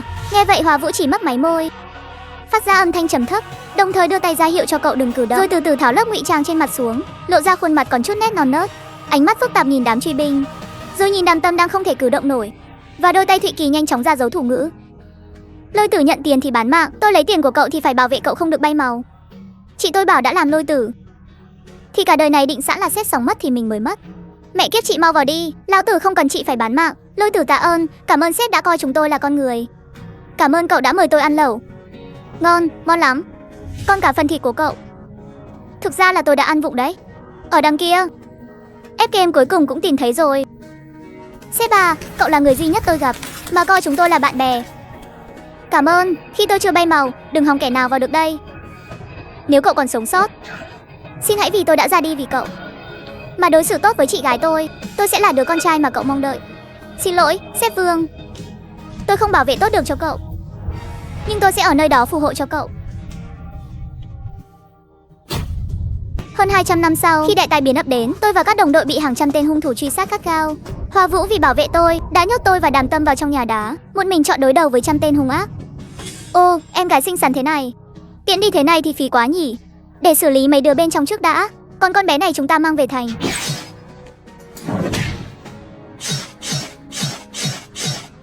Tìm người xử lý một thể. Tiếng la hét đòi tiện khách đã kéo dài suốt nửa tiếng. Mùi nước đỏ nồng nặc cũng theo khe cửa đá bay vào trong nhà. Bên trong nhà đã im phăng phắc, không gian tối đen là lớp ngụy trang tốt nhất. Đôi mắt Thụy Kỳ đỏ rực, nước mắt từng giọt rơi xuống. Mới hôm qua họ còn tụ tập ăn lẩu cùng nhau. Mới hôm qua cô ấy còn trêu đùa, nói sau này sẽ tìm cho ba chị em một gia đình tử tế. Vậy mà hôm nay đã âm dương cách biệt. Còn Đàm Tâm lặng lẽ nạp kẹo đồng vào đồ chơi của mình. Chỉ có đôi tay thỉnh thoảng run rẩy là tố cáo, khiến kẹo đồng rơi vãi lung tung. FKM nó chứ. Đây cũng là sự khởi đầu cho cuộc lột xác của Đàm Tâm, biến cậu từ một công tử nhà giàu hèn nhát trở thành tay súng số 1 của hậu thế. Cùng lúc đó, Thụy Kỳ cũng lôi điện thoại từ trong túi ra, gọi vào cái số mà cả đời này cậu chẳng bao giờ muốn gọi. Ồ, chẳng phải Tiểu Ngư Nhi nhà ta đây sao? Con bị dạy dỗ rồi, chắc sắp hẹo tới nơi. Là do trộm vợ người ta à? Hay là trộm quần của con gái người ta đấy? Nói chuyện chính đi. Nhà họ Trung, nghe tên là biết gia tộc lớn rồi. Để ta đi nhặt xác cho con nhé, bọn họ sẽ không xử lý ta luôn chứ. Nói xin lỗi đi. Bảo là cả nhà người ta quây một mình con. Thua cũng không nhục đâu, nhưng người ta có cha, chẳng lẽ con không có người lớn chống lưng à? Ha ha ha, lâu lắm rồi không quay lại. Có vẻ vài kẻ đã quên mất lão cửu ta cũng biết xử lý người rồi. Cháu ngoan bị người ta dạy dỗ. Ha ha ha, đáng đời lắm. FKM, lát nữa phải trao cho nhà họ Trung cái giải dũng cảm đáng khen mới được. Ha ha ha. Lúc này mấy gã đàn ông tuy cười nói hì hả, nhưng sát khí nồng nặc đã khiến nhiệt độ trong hang giảm xuống 10 mấy độ. Để ta đi xả nước cứu thân cái.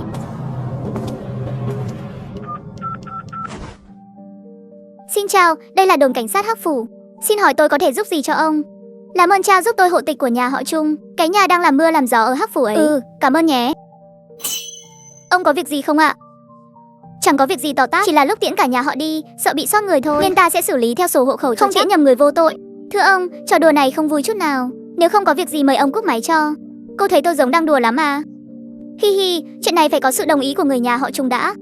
Hay là ông cứ để lại cái tên, tôi sẽ đi hỏi ý kiến của đương sự xem sao. Ta tên là Lý Hoa Cửu. Được rồi, Lý Hoa. Cái tên này vừa thốt ra, ngay lập tức khiến đồn cảnh sát đêm nay bao trùm trong bầu không khí sợ hãi. Chỉ một nhà họ Trung mà đã hành nó ra nông nỗi này. Sao chẳng có chút ghen hổ báo nào thế này? Chẳng lẽ chị dâu ta đi ngoại tình à? Hay là quay về một chuyến? Về cái gì mà về, để lũ đó biết Tiểu Kỳ là con của chúng ta. Nó còn bay màu nhanh hơn đấy. Thôi, cậu tử, chú đi một chuyến đi. Dao không mài thì không sắc. Thằng bé Tiểu Kỳ vẫn cần phải rèn giũa thêm chút nữa. Chú đừng có tiện sạch cả lũ đi đấy nhé. Đợi nó thắng được Tiểu Bạch đã, rồi chú mới đi tiện mấy lão già đó đi từng đứa một.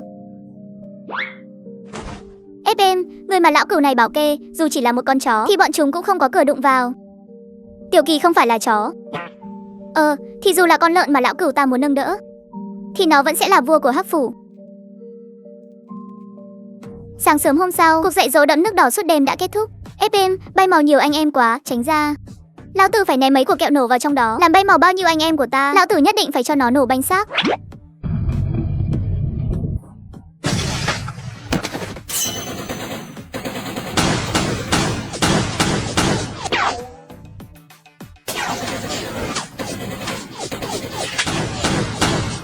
Đặt thuốc nổ đi. Thằng nhóc đó không sợ bay màu, lấy thân mình chặn khe cửa. Không việc gì phải, liều mạng với nó, cứ nổ tung cái cửa ra. Tiếng châm ngòi vang lên, Thụy Kỳ cau mày. Theo bản năng giơ đồ chơi lên, cửa hàng sắp bị nổ tung. Không bị nổ cho bay màu thì cũng bị chấn động cho tiếng ngòi nổ cháy xèo xèo như bản đếm ngược sự sống của họ. Đàm Tâm kinh hãi nhắm nghiền mắt lại. Thụy Kỳ chuẩn bị đẩy cửa xông ra liều mạng trận cuối. Cút về ngay lập tức. Sếp, bọn tôi sắp bắt được nó rồi. Bắt cái êm, về thành ngay. Đừng có đụng vào nó.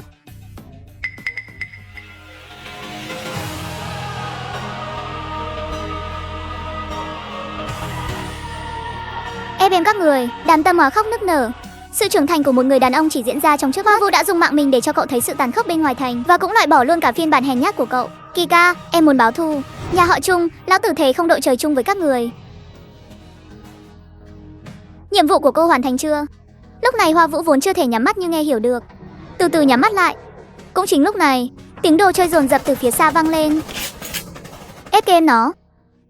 Hơn 200 năm sau khi đại tai biến ập đến, Hoa Vũ một mình chiến đấu đến cùng với trăm tên hung ác. Cô ấy kiên cường cho đến lúc ra đi cũng không gục xuống. Hoa Vũ, cô vẫn còn ở đây chứ? Vị này là cương gia của trại Bá Vương. May mà người của cương gia đến kịp, nếu không thì bọn tôi tiêu đời rồi. Hình như tôi đã gặp anh ở đâu rồi. Lão tử chẳng biết ngươi là ai cả, nhưng nhà họ Trung dám gây chuyện trên địa bàn của ta. Kẻ thù của kẻ thù chính là bạn. Chúng ta tính là cùng phe rồi đấy. Đã có danh sách rồi. Cái tính điên của lão cương sao giờ lại dễ nói chuyện thế nhỉ? Đừng hiểu lầm, chúng tôi nghe nói có người của nhà họ Trung ở đây nên mới tới. Không phải tới cứu cậu đâu nhé. Lúc này Thụy Kỳ vẫn đang chìm trong đau buồn, nên không nhận ra ánh mắt của hai người họ nhìn mình, có chút quan tâm lo lắng. Nhóc con, định báo thù thế nào đây? Cương gia, nhà họ Trung thuê được người thì chúng tôi cũng thuê được. Các người có nhận kèo không? Chúng tôi thuê các người đi dạy dỗ bọn chúng. Tiền không thành vấn đề. Cậu ra giá đi, lão tử sẽ hết giá trên trời đấy. Hello anh Miêu. Tình hình sao rồi? Người không sao, nhưng mất một lôi tử rồi. Chó điên cương từ đầu đến cuối chẳng thèm nhìn Hoa Vũ lấy một cái. Lôi tử mất ở ngoài thành là chuyện quá bình thường, nhưng câu nói này lại khiến người ở đầu dây bên kia nổi khùng. Đám người trong thành định làm phản à?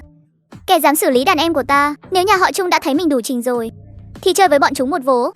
Lão tử muốn xem thằng nào to gan như vậy, dám đụng vào người của ta. Lật bài ngửa đi, tung tin ra ngoài. Tiểu Kỳ là người của trại Bá Vương. Người của chú tạm thời ở lại hết để chống lưng cho Tiểu Kỳ. Thằng cầu sắp đến rồi, cứ làm gắt vào, chẳng cần nể mặt đứa nào hết. Ai mà ngông cuồng vậy nhỉ? Cháu nói chú là chú Tiểu Cương à? Năm 8 tuổi cháu từng gặp chú ở khu vô chủ.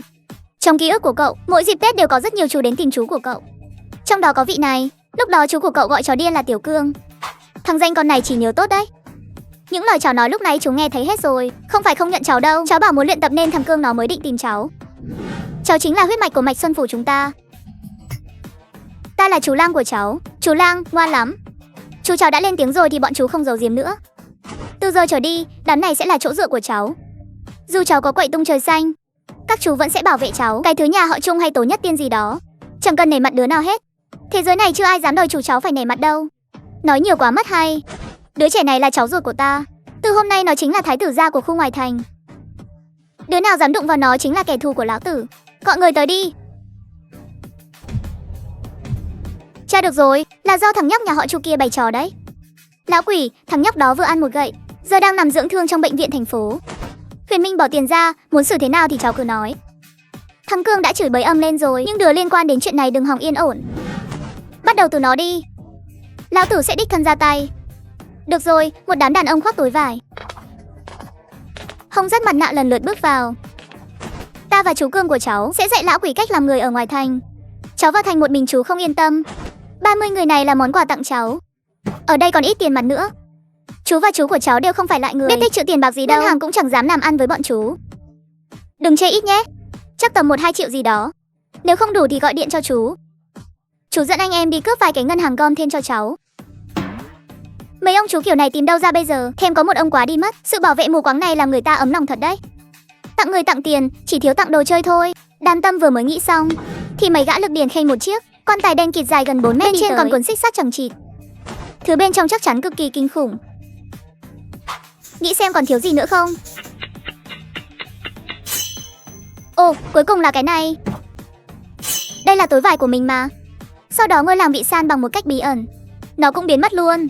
Mang theo mấy thứ này, lão tử đứng trước mặt Kỳ ca trông như thằng ăn mày vậy. Chẳng phải cháu thích chơi hàng nóng sao? Thứ này có thể nhìn rõ mục tiêu cách xa hàng vạn mét. Hơn nữa còn hỗ trợ cháu ngắm bắn. Tiếp đó Thị Kỳ lần lượt đưa một chiếc đoản giới tử mẫu, một chiếc câu đao địa ngục và một đôi găng tay, lần lượt đưa cho Hoa Tam, Hoa Tứ và Tiểu Bạch. Đến đây, Hoa Tam và Hoa Tứ cũng chính thức gia nhập đội quân bảo kê. Thời gian này các người đừng có ra khỏi cửa, cứ thành thật ở yên đó. Ta đã liên lạc với nhân vật lớn ở kinh đô rồi. Nếu ông ấy chịu ra mặt thì chỉ có thể thương lượng hòa giải. Chỉ là lần này nhà họ Trung phải mất tí xi dâu rồi. Chẳng lẽ chỉ vì một con chó điên thôi sao? Số tiền này thà đưa cho lão quỷ, để lão ta đấu một trận sống mái với đối phương ngoài thành. Dù sao cũng chẳng phải người nhà họ Trung mất mạng. Ngây thơ quá, thằng nhóc đó là người của trại bá vương. Chó điên không đáng sợ, đáng sợ là Mạch Xuân Phủ đứng sau lưng nó kìa. Đám hậu bối này thật sự không hiểu sự đáng sợ của cái tên đó. Không được, để tôi gọi sư phụ tôi tới. Tôi muốn xem cái trại bá vương đó có lợi hại đến thế không. Ai đấy? Mẹ kiếp, bấm chuông nãy giờ mà không chịu mở cửa. Làm chuyện xấu nhiều quá nên sợ mà gõ cửa à? Đã không mở cửa thì lắp cái chuông làm gì? Để khoe nhà giàu à? Là Hy Cẩu đấy, đừng manh động, sẽ bay màu đấy. Bỏ hết đồ chơi xuống, làm như các người xử lý được tôi không bằng. Xem kìa, dụng cụ lại bị lũ giun lấy mất rồi. Lão già kia, đừng nhìn nữa, chính là ông đấy, lại đây châm lửa cho tôi. Hơn 200 năm sau đại tai biến, tôi cũng muốn được tận hưởng chút. Bỗng chốc trở thành thái tử gia của khu ngoài thành. Mà mấy ông chú của tôi, ông nào cũng ngông cuồng hơn ông nào. Nhìn kia, chú cậu của tôi đang cầm thuốc lá, bắt chủ gia tộc họ Trung châm lửa cho mình. Vừa vào cửa đã bắt chủ gia tộc họ Trung châm thuốc. Đúng là quá coi thường người khác rồi. Mày là thằng nào hả? Ồ, xin lỗi nhé. Mày khoe đồ quá, để tôi giới thiệu chút. Tôi tên là Hy Cẩu. Hy trông rất vui vẻ, Cẩu trông rất chó má. Nói xong, lão ta còn liếc nhìn lão gia họ Trung đầy ẩn ý. Một là ông lại đây châm lửa cho tôi, hai là lão tử qua xử đẹp ông luôn. Cẩu ra. Mẹ kiếp, ngoài anh trai tôi ra, ông là người đầu tiên gọi tôi là Cẩu đấy. Sao nào, định xoa đầu nựng tôi à? Hiểu lầm thôi. Thưa ngài, là lão phu lỡ lời. Cẩu ra đừng trách. Thái độ ông tốt thế này, làm tôi chẳng tìm được cớ để tiễn ông đi nữa. Đối phương thà nhịn nhục như bị lửa đốt, cũng không dám trở mặt. Đủ thấy lão ta kiêng dè Hy Cẩu đến mức nào. Cầu xin ngài, Cẩu ra đến Hắc Phủ có việc gì cao kiến? Cao kiến thì không có, chỉ đơn thuần là muốn xử ông thôi. Cửu ca bảo tôi hỏi ông có biết cái này không? Thấy vậy, Trung Huyền Minh định bước nhanh lên phía trước, nhưng bị bố cậu ta đưa tay cản lại. Còn Tiểu Đào thì âm thầm lùi vào phòng khách. Cả một căn nhà, vậy mà không một ai dám đứng ra bênh vực lão già họ Trung. Cửu gia có ý gì đây? Chẳng có ý gì cả. Nghe nói dạo này nhà họ Trung nhảy nhót dữ lắm. Cửu ca bảo rồi, gặp mặt là phải tặng ông một cái tát trước đã, để ông tự kiểm điểm xem tại sao mình bị đánh.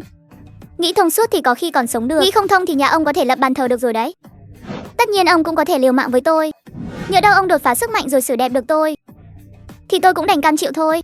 Toàn là bắt nạt trẻ con rồi người lớn ra mặt. Sao nào, tưởng trẻ con nhà tôi không có người lớn à? Hay là nghĩ đám người già này không cầm nổi đồ chơi nữa rồi? Đến lúc này thì dù có là kẻ ngốc cũng hiểu đối phương tới đây là để đòi lại công bằng cho tiểu thất. Hiểu lầm, đều là hiểu lầm thôi. Lão ta liên tục lắc đầu. Trong thế giới lấy thực lực làm trọng này, không ai muốn chọc vào con rồng điên đó cả. Quan trọng là con rồng này còn bị chập mạch nữa. Tôi thật sự không biết nó là người của trại bá vương. Chúng tôi sẵn sàng biến chiến tranh thành hòa bình. Sau này đứa trẻ đó ở Hắc Phủ, nhà họ Trung chúng tôi nhất định sẽ chăm sóc chu đáo. Trẻ con nhà khác thì không được à? Các người làm thế không phải là bắt nạt người ta sao? Thấy kẻ mạnh hơn thì quỵ lụy cầu xin, còn trẻ con bình thường thì bị các người ức hiếp hả? Ông cũng gần đất xa trời rồi. Làm ơn hãy có chút khí phách đi được không? Sao ông không dám cầm đồ chơi ra sâu lâu với Cửu ca của tôi nhỉ? Tính của Cửu ca tôi ấy mà. Biết đâu xử xong cả nhà ông còn lập cho ông cái bia mộ đấy. Lão ta uất ức đầy bụng. Nếu mà đánh thắng được lão Cửu thì lão ta có phải khủng núm thế này không? Mấy ngày nay tìm bao nhiêu người giúp đỡ, đa số vừa nghe thấy tên lão Cửu đã sợ đến mức cúp máy luôn rồi. Được rồi, chơi thế đủ rồi, giờ nói chuyện chính sự đây. Cửu ca giữ mạng cho ông là để lăn đá mài dao cho thằng nhóc kia thôi. Tôi là người yêu hòa bình, nên sẽ cho các người một đường sống. Chuyện trẻ con đánh nhau thì người lớn đừng có xen vào. Thời gian này ông cứ ở yên trong nhà đi, để con trai ông tự đi mà giải quyết với nhóc con nhà tôi. Thằng nhóc nhà ông thắng thì tôi phủi mông đi thẳng. Nhưng nếu nhóc con nhà tôi thắng thì chẳng cần tôi ra tay đâu, nó sẽ đích thân xử lý cả nhà ông. Hãy nhớ lấy lời tôi, nếu không tôi sẽ đánh gãy chân ông đấy. Nói xong, lão ta còn ra vẻ nghiêm túc cổ vũ Trung Huyền Minh. Cháu nhỏ cố gắng thể hiện cho tốt nhé, dáng mà một chiều hạ gục nhóc nhà ta luôn. Chú tin tưởng ở cháu đấy, rốt cuộc ông muốn thế nào? Đừng ngạc nhiên, gia phong nhà tôi nó thế đấy. Nếu ngay cả cái loại tép diêu như các người mà nó không xử lý được, thì cả đời này nó cũng chỉ đến thế thôi. Vậy nếu tôi xử lý nó luôn thì sao? Thì chú sẽ tiễn cháu đi luôn đấy. Cháu nhỏ à? Bảo cháu rèn luyện nó chứ không bảo cháu làm nó đăng xuất thời gian này. Bất kể cháu dùng cách gì hay thủ đoạn nào cũng được. Chú chờ tin tốt từ cháu nhé. Nếu được thì lúc xử lý nó nhớ quay phim lại nhé. Cuối cùng cũng có thể cho nó một trận vì cái tội đồ ớt vào quần lót của tôi. Chốt thế nhé. Trung thiếu, tôi hỏi một câu, khi cậu đâu có nói là cậu không được tìm viện trợ. So với thằng nhóc hoang dã kia, ưu thế lớn nhất của chúng ta là tiền và quan hệ. Ở Hắc Phủ, ai mà chẳng phải nể mặt nhà họ Trung vài phần. Tôi đề nghị là kéo tất cả mọi người xuống nước cùng luôn. Cứ làm theo lời anh đi, đợi anh ra viện tôi sẽ thăng chức cho anh và làm việc cho nhà họ Trung. Cứ yên tâm nghỉ ngơi đi, đội trưởng an ninh bệnh viện đã nhận tiền của tôi rồi. Hắn sẽ chịu trách nhiệm bảo vệ an toàn cho anh. Cảm ơn Trung thiếu. Thanh Hắc Phủ, cuối cùng mình cũng đứng vững rồi, đợi đấy Tiểu Thất. Tao sẽ mượn gió bẻ măng của nhà họ Trung để xử lý mày, rồi sau đó dần dần thay thế vị trí đó. Cười gì thế? Không có gì, chỉ là thấy vui thôi. Chị, cảm ơn chị. Không có chị thì đã không có em. Nên thế mà, em đáng thương vậy mà. Chị là người đầu tiên đối xử tốt với em như vậy. Đợi sau khi em đứng vững rồi em sẽ bảo vệ chị ha ha. Vậy chị chờ nhé, chị đi lấy nước cho em rửa mặt. Trung Huyền Minh ra ngoài rồi, tại sao không xử luôn cả Trung Huyền Minh đi? Ăn một miếng, khôn một chút, tôi sẽ không để mọi người gặp nguy hiểm nữa. Trong thành là địa bàn của nhà họ Trung, manh động chưa chắc, chúng ta đã có thể sống sót mà rút lui đâu, nhổ cỏ phải nhổ. Nếu không gió xuân thổi lại mọc mầm ngay. Xử lý Trung Huyền Minh lúc này thì lão già họ Trung chắc chắn sẽ không tha cho tôi, cho nên tôi không tìm cơ hội để tiễn cả già lẫn trẻ đi cùng một lúc. Cứ bắt đầu từ Chu Tiểu Bảo trước. Thằng nhãi này bụng dạ đầy mưu hèn kế bẩn, dùng mạng của nó để chào hỏi Trung Huyền Minh một tiếng. Nói xong, Thụy Kỳ lôi từ trong túi vải ra một chiếc mặt nạ len màu đen. Ngay khoảnh khắc đeo mặt nạ vào, khí chất của cậu đã thay đổi, trở nên ngông cuồng không kiêng nể gì, trở nên điên cuồng làm việc. Hơn 200 năm sau đại tai biến, tôi tập hợp một đám lôi tử bao vây bệnh viện, chỉ vì bên trong có 2 kẻ mà tôi nhất định phải xử lý. Cuộc phản công chính thức bắt đầu. Nhóm Thụy Kỳ vừa vào đến bệnh viện đã nhanh chóng khống chế được đám vệ sĩ mà Trung Huyền Minh để lại canh gác. Thằng ca, trước khi tôi làm xong việc đừng để ai ra ngoài, cũng không được cho ai vào. Kẻ nào làm trái cứ xử đẹp hết cho tôi. Tầng 5, phòng 5012, chuẩn bị làm việc. Nếu có thể mãi ở bên chị Thanh Thanh thì đời này cũng coi như viên mãn rồi nhỉ. Ai thế, đêm hôm còn vứt đồ linh tinh, có ý thức chút đi chứ. Mẹ ơi, may mà nghe thấy tiếng động nên vội quay người ôm lấy Chu Tiểu Bảo vào lòng, dùng chính thân thể cường tráng của người thức tỉnh để đỡ lấy đòn đánh này. Chắc chắn là người của chó điên tìm tới rồi. Chị Thanh Thanh, mau cõng em ra ngoài. Trong phút chốc, Thanh Thanh lo lắng cõng Chu Tiểu Bảo đang bị thương nặng, lao ra ngoài hành lang. Nhưng vừa ra khỏi phòng bệnh, cả hai đều sững sờ. Chỉ thấy ở cuối hành lang thấp thoáng bóng một người đang ngồi xổm ở đó, mái tóc dài rũ xuống, cúi đầu như đang tìm gì đó. Tiểu Kỳ, đi mau, đi thang máy. Nhị Long, định đi đâu mà vội thế? Tiểu Kỳ nhà tôi tới tìm các người, chưa cho hỏi tiếng nào đã định chuồn rồi, có phải là hơi thiếu lịch sự không hả?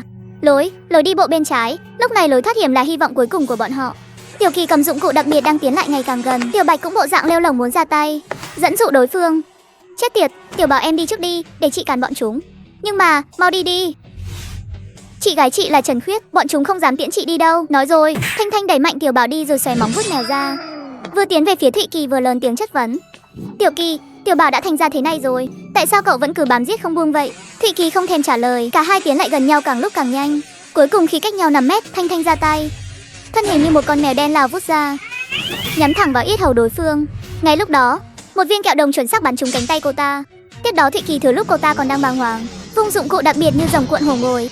Thanh Thanh theo bản năng đưa tay ra đỡ, đòn tấn công thứ hai của Thụy Kỳ ập đến trong nháy mắt. Dụng cụ đặc biệt điên cuồng gầm rú. Chỉ trong 2 giây, cô ta đã đặc biệt đang nuốt chửng sinh mạng của cô ta. Đồ hoang quỷ. Cùng với việc sinh mệnh đang trôi đi nhanh chóng, lần đầu tiên cô ta cảm nhận được sự ra đi ở cự ly. Cô ta hoảng rồi. Thế. Chị tôi là Trần Khuyết.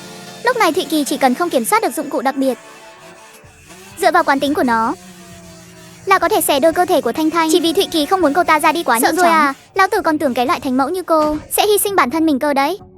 Xử tôi đi, chị tôi và ông chủ sẽ không tha cho cậu đâu. Bàn tay rời khỏi cơ thể, ngay lập tức chẳng còn khả năng nối lại nữa. Không xử cô không phải vì tôi sợ ông chủ của cô, tôi có thù tất báo, có ơn tất trả. Nể mặt chị gái cô, lần này tôi tha mạng cho cô, nhưng lần sau gặp lại thì chẳng ai cứu được cô đâu. Thụy Kỳ trực tiếp quay người đi về phía lối thoát hiểm.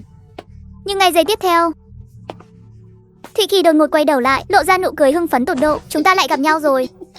Cậu đúng là may mắn đấy.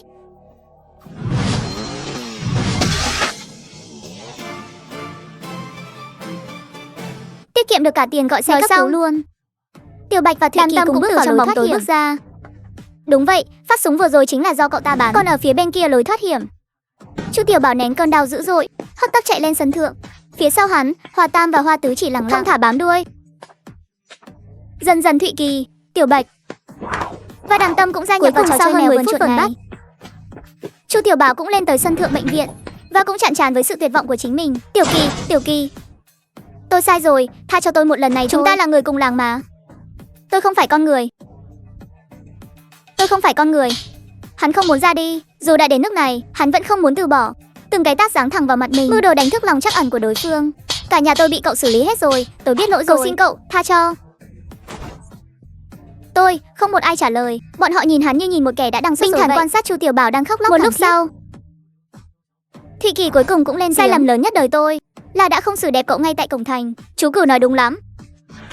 Xử lý người ta còn phải phân thây nữa để tránh việc người ta sống lại. Tôi không báo thù nữa đâu. Cầu xin cậu tha cho tôi một con đường mà tha cho cậu thì đã không phải là người của trại bá vương. Ân oán của hai người các người, có là Phật tổ hiển linh cũng chẳng dám khuyên người đó nhớ thành tâm xin lỗi cha nuôi của tôi. Không, không được. Anh ơi tha cho em thật sự không muốn mất mạng đâu. Đã mất thì phải có người đền mạng. Đừng sợ, giống như nhảy bungee thôi mà. Nhanh lắm, giọng của Thụy Kỳ lạnh lùng đến đáng sợ. Cánh tay đột nhiên dùng lực. Chu Tiểu Bảo trực tiếp vẽ một đường cong. Khoảnh khắc này, cuộc đời ngắn ngủi của hắn như thước phim quay chậm hiện lên trong đầu. Một giọt nước mắt lăn dài. Biết thế này đã chẳng vào thành làm gì. Có người ra đi rồi. Có người rơi lầu kìa. Bố tôi vừa mới gọi điện cho tôi xong.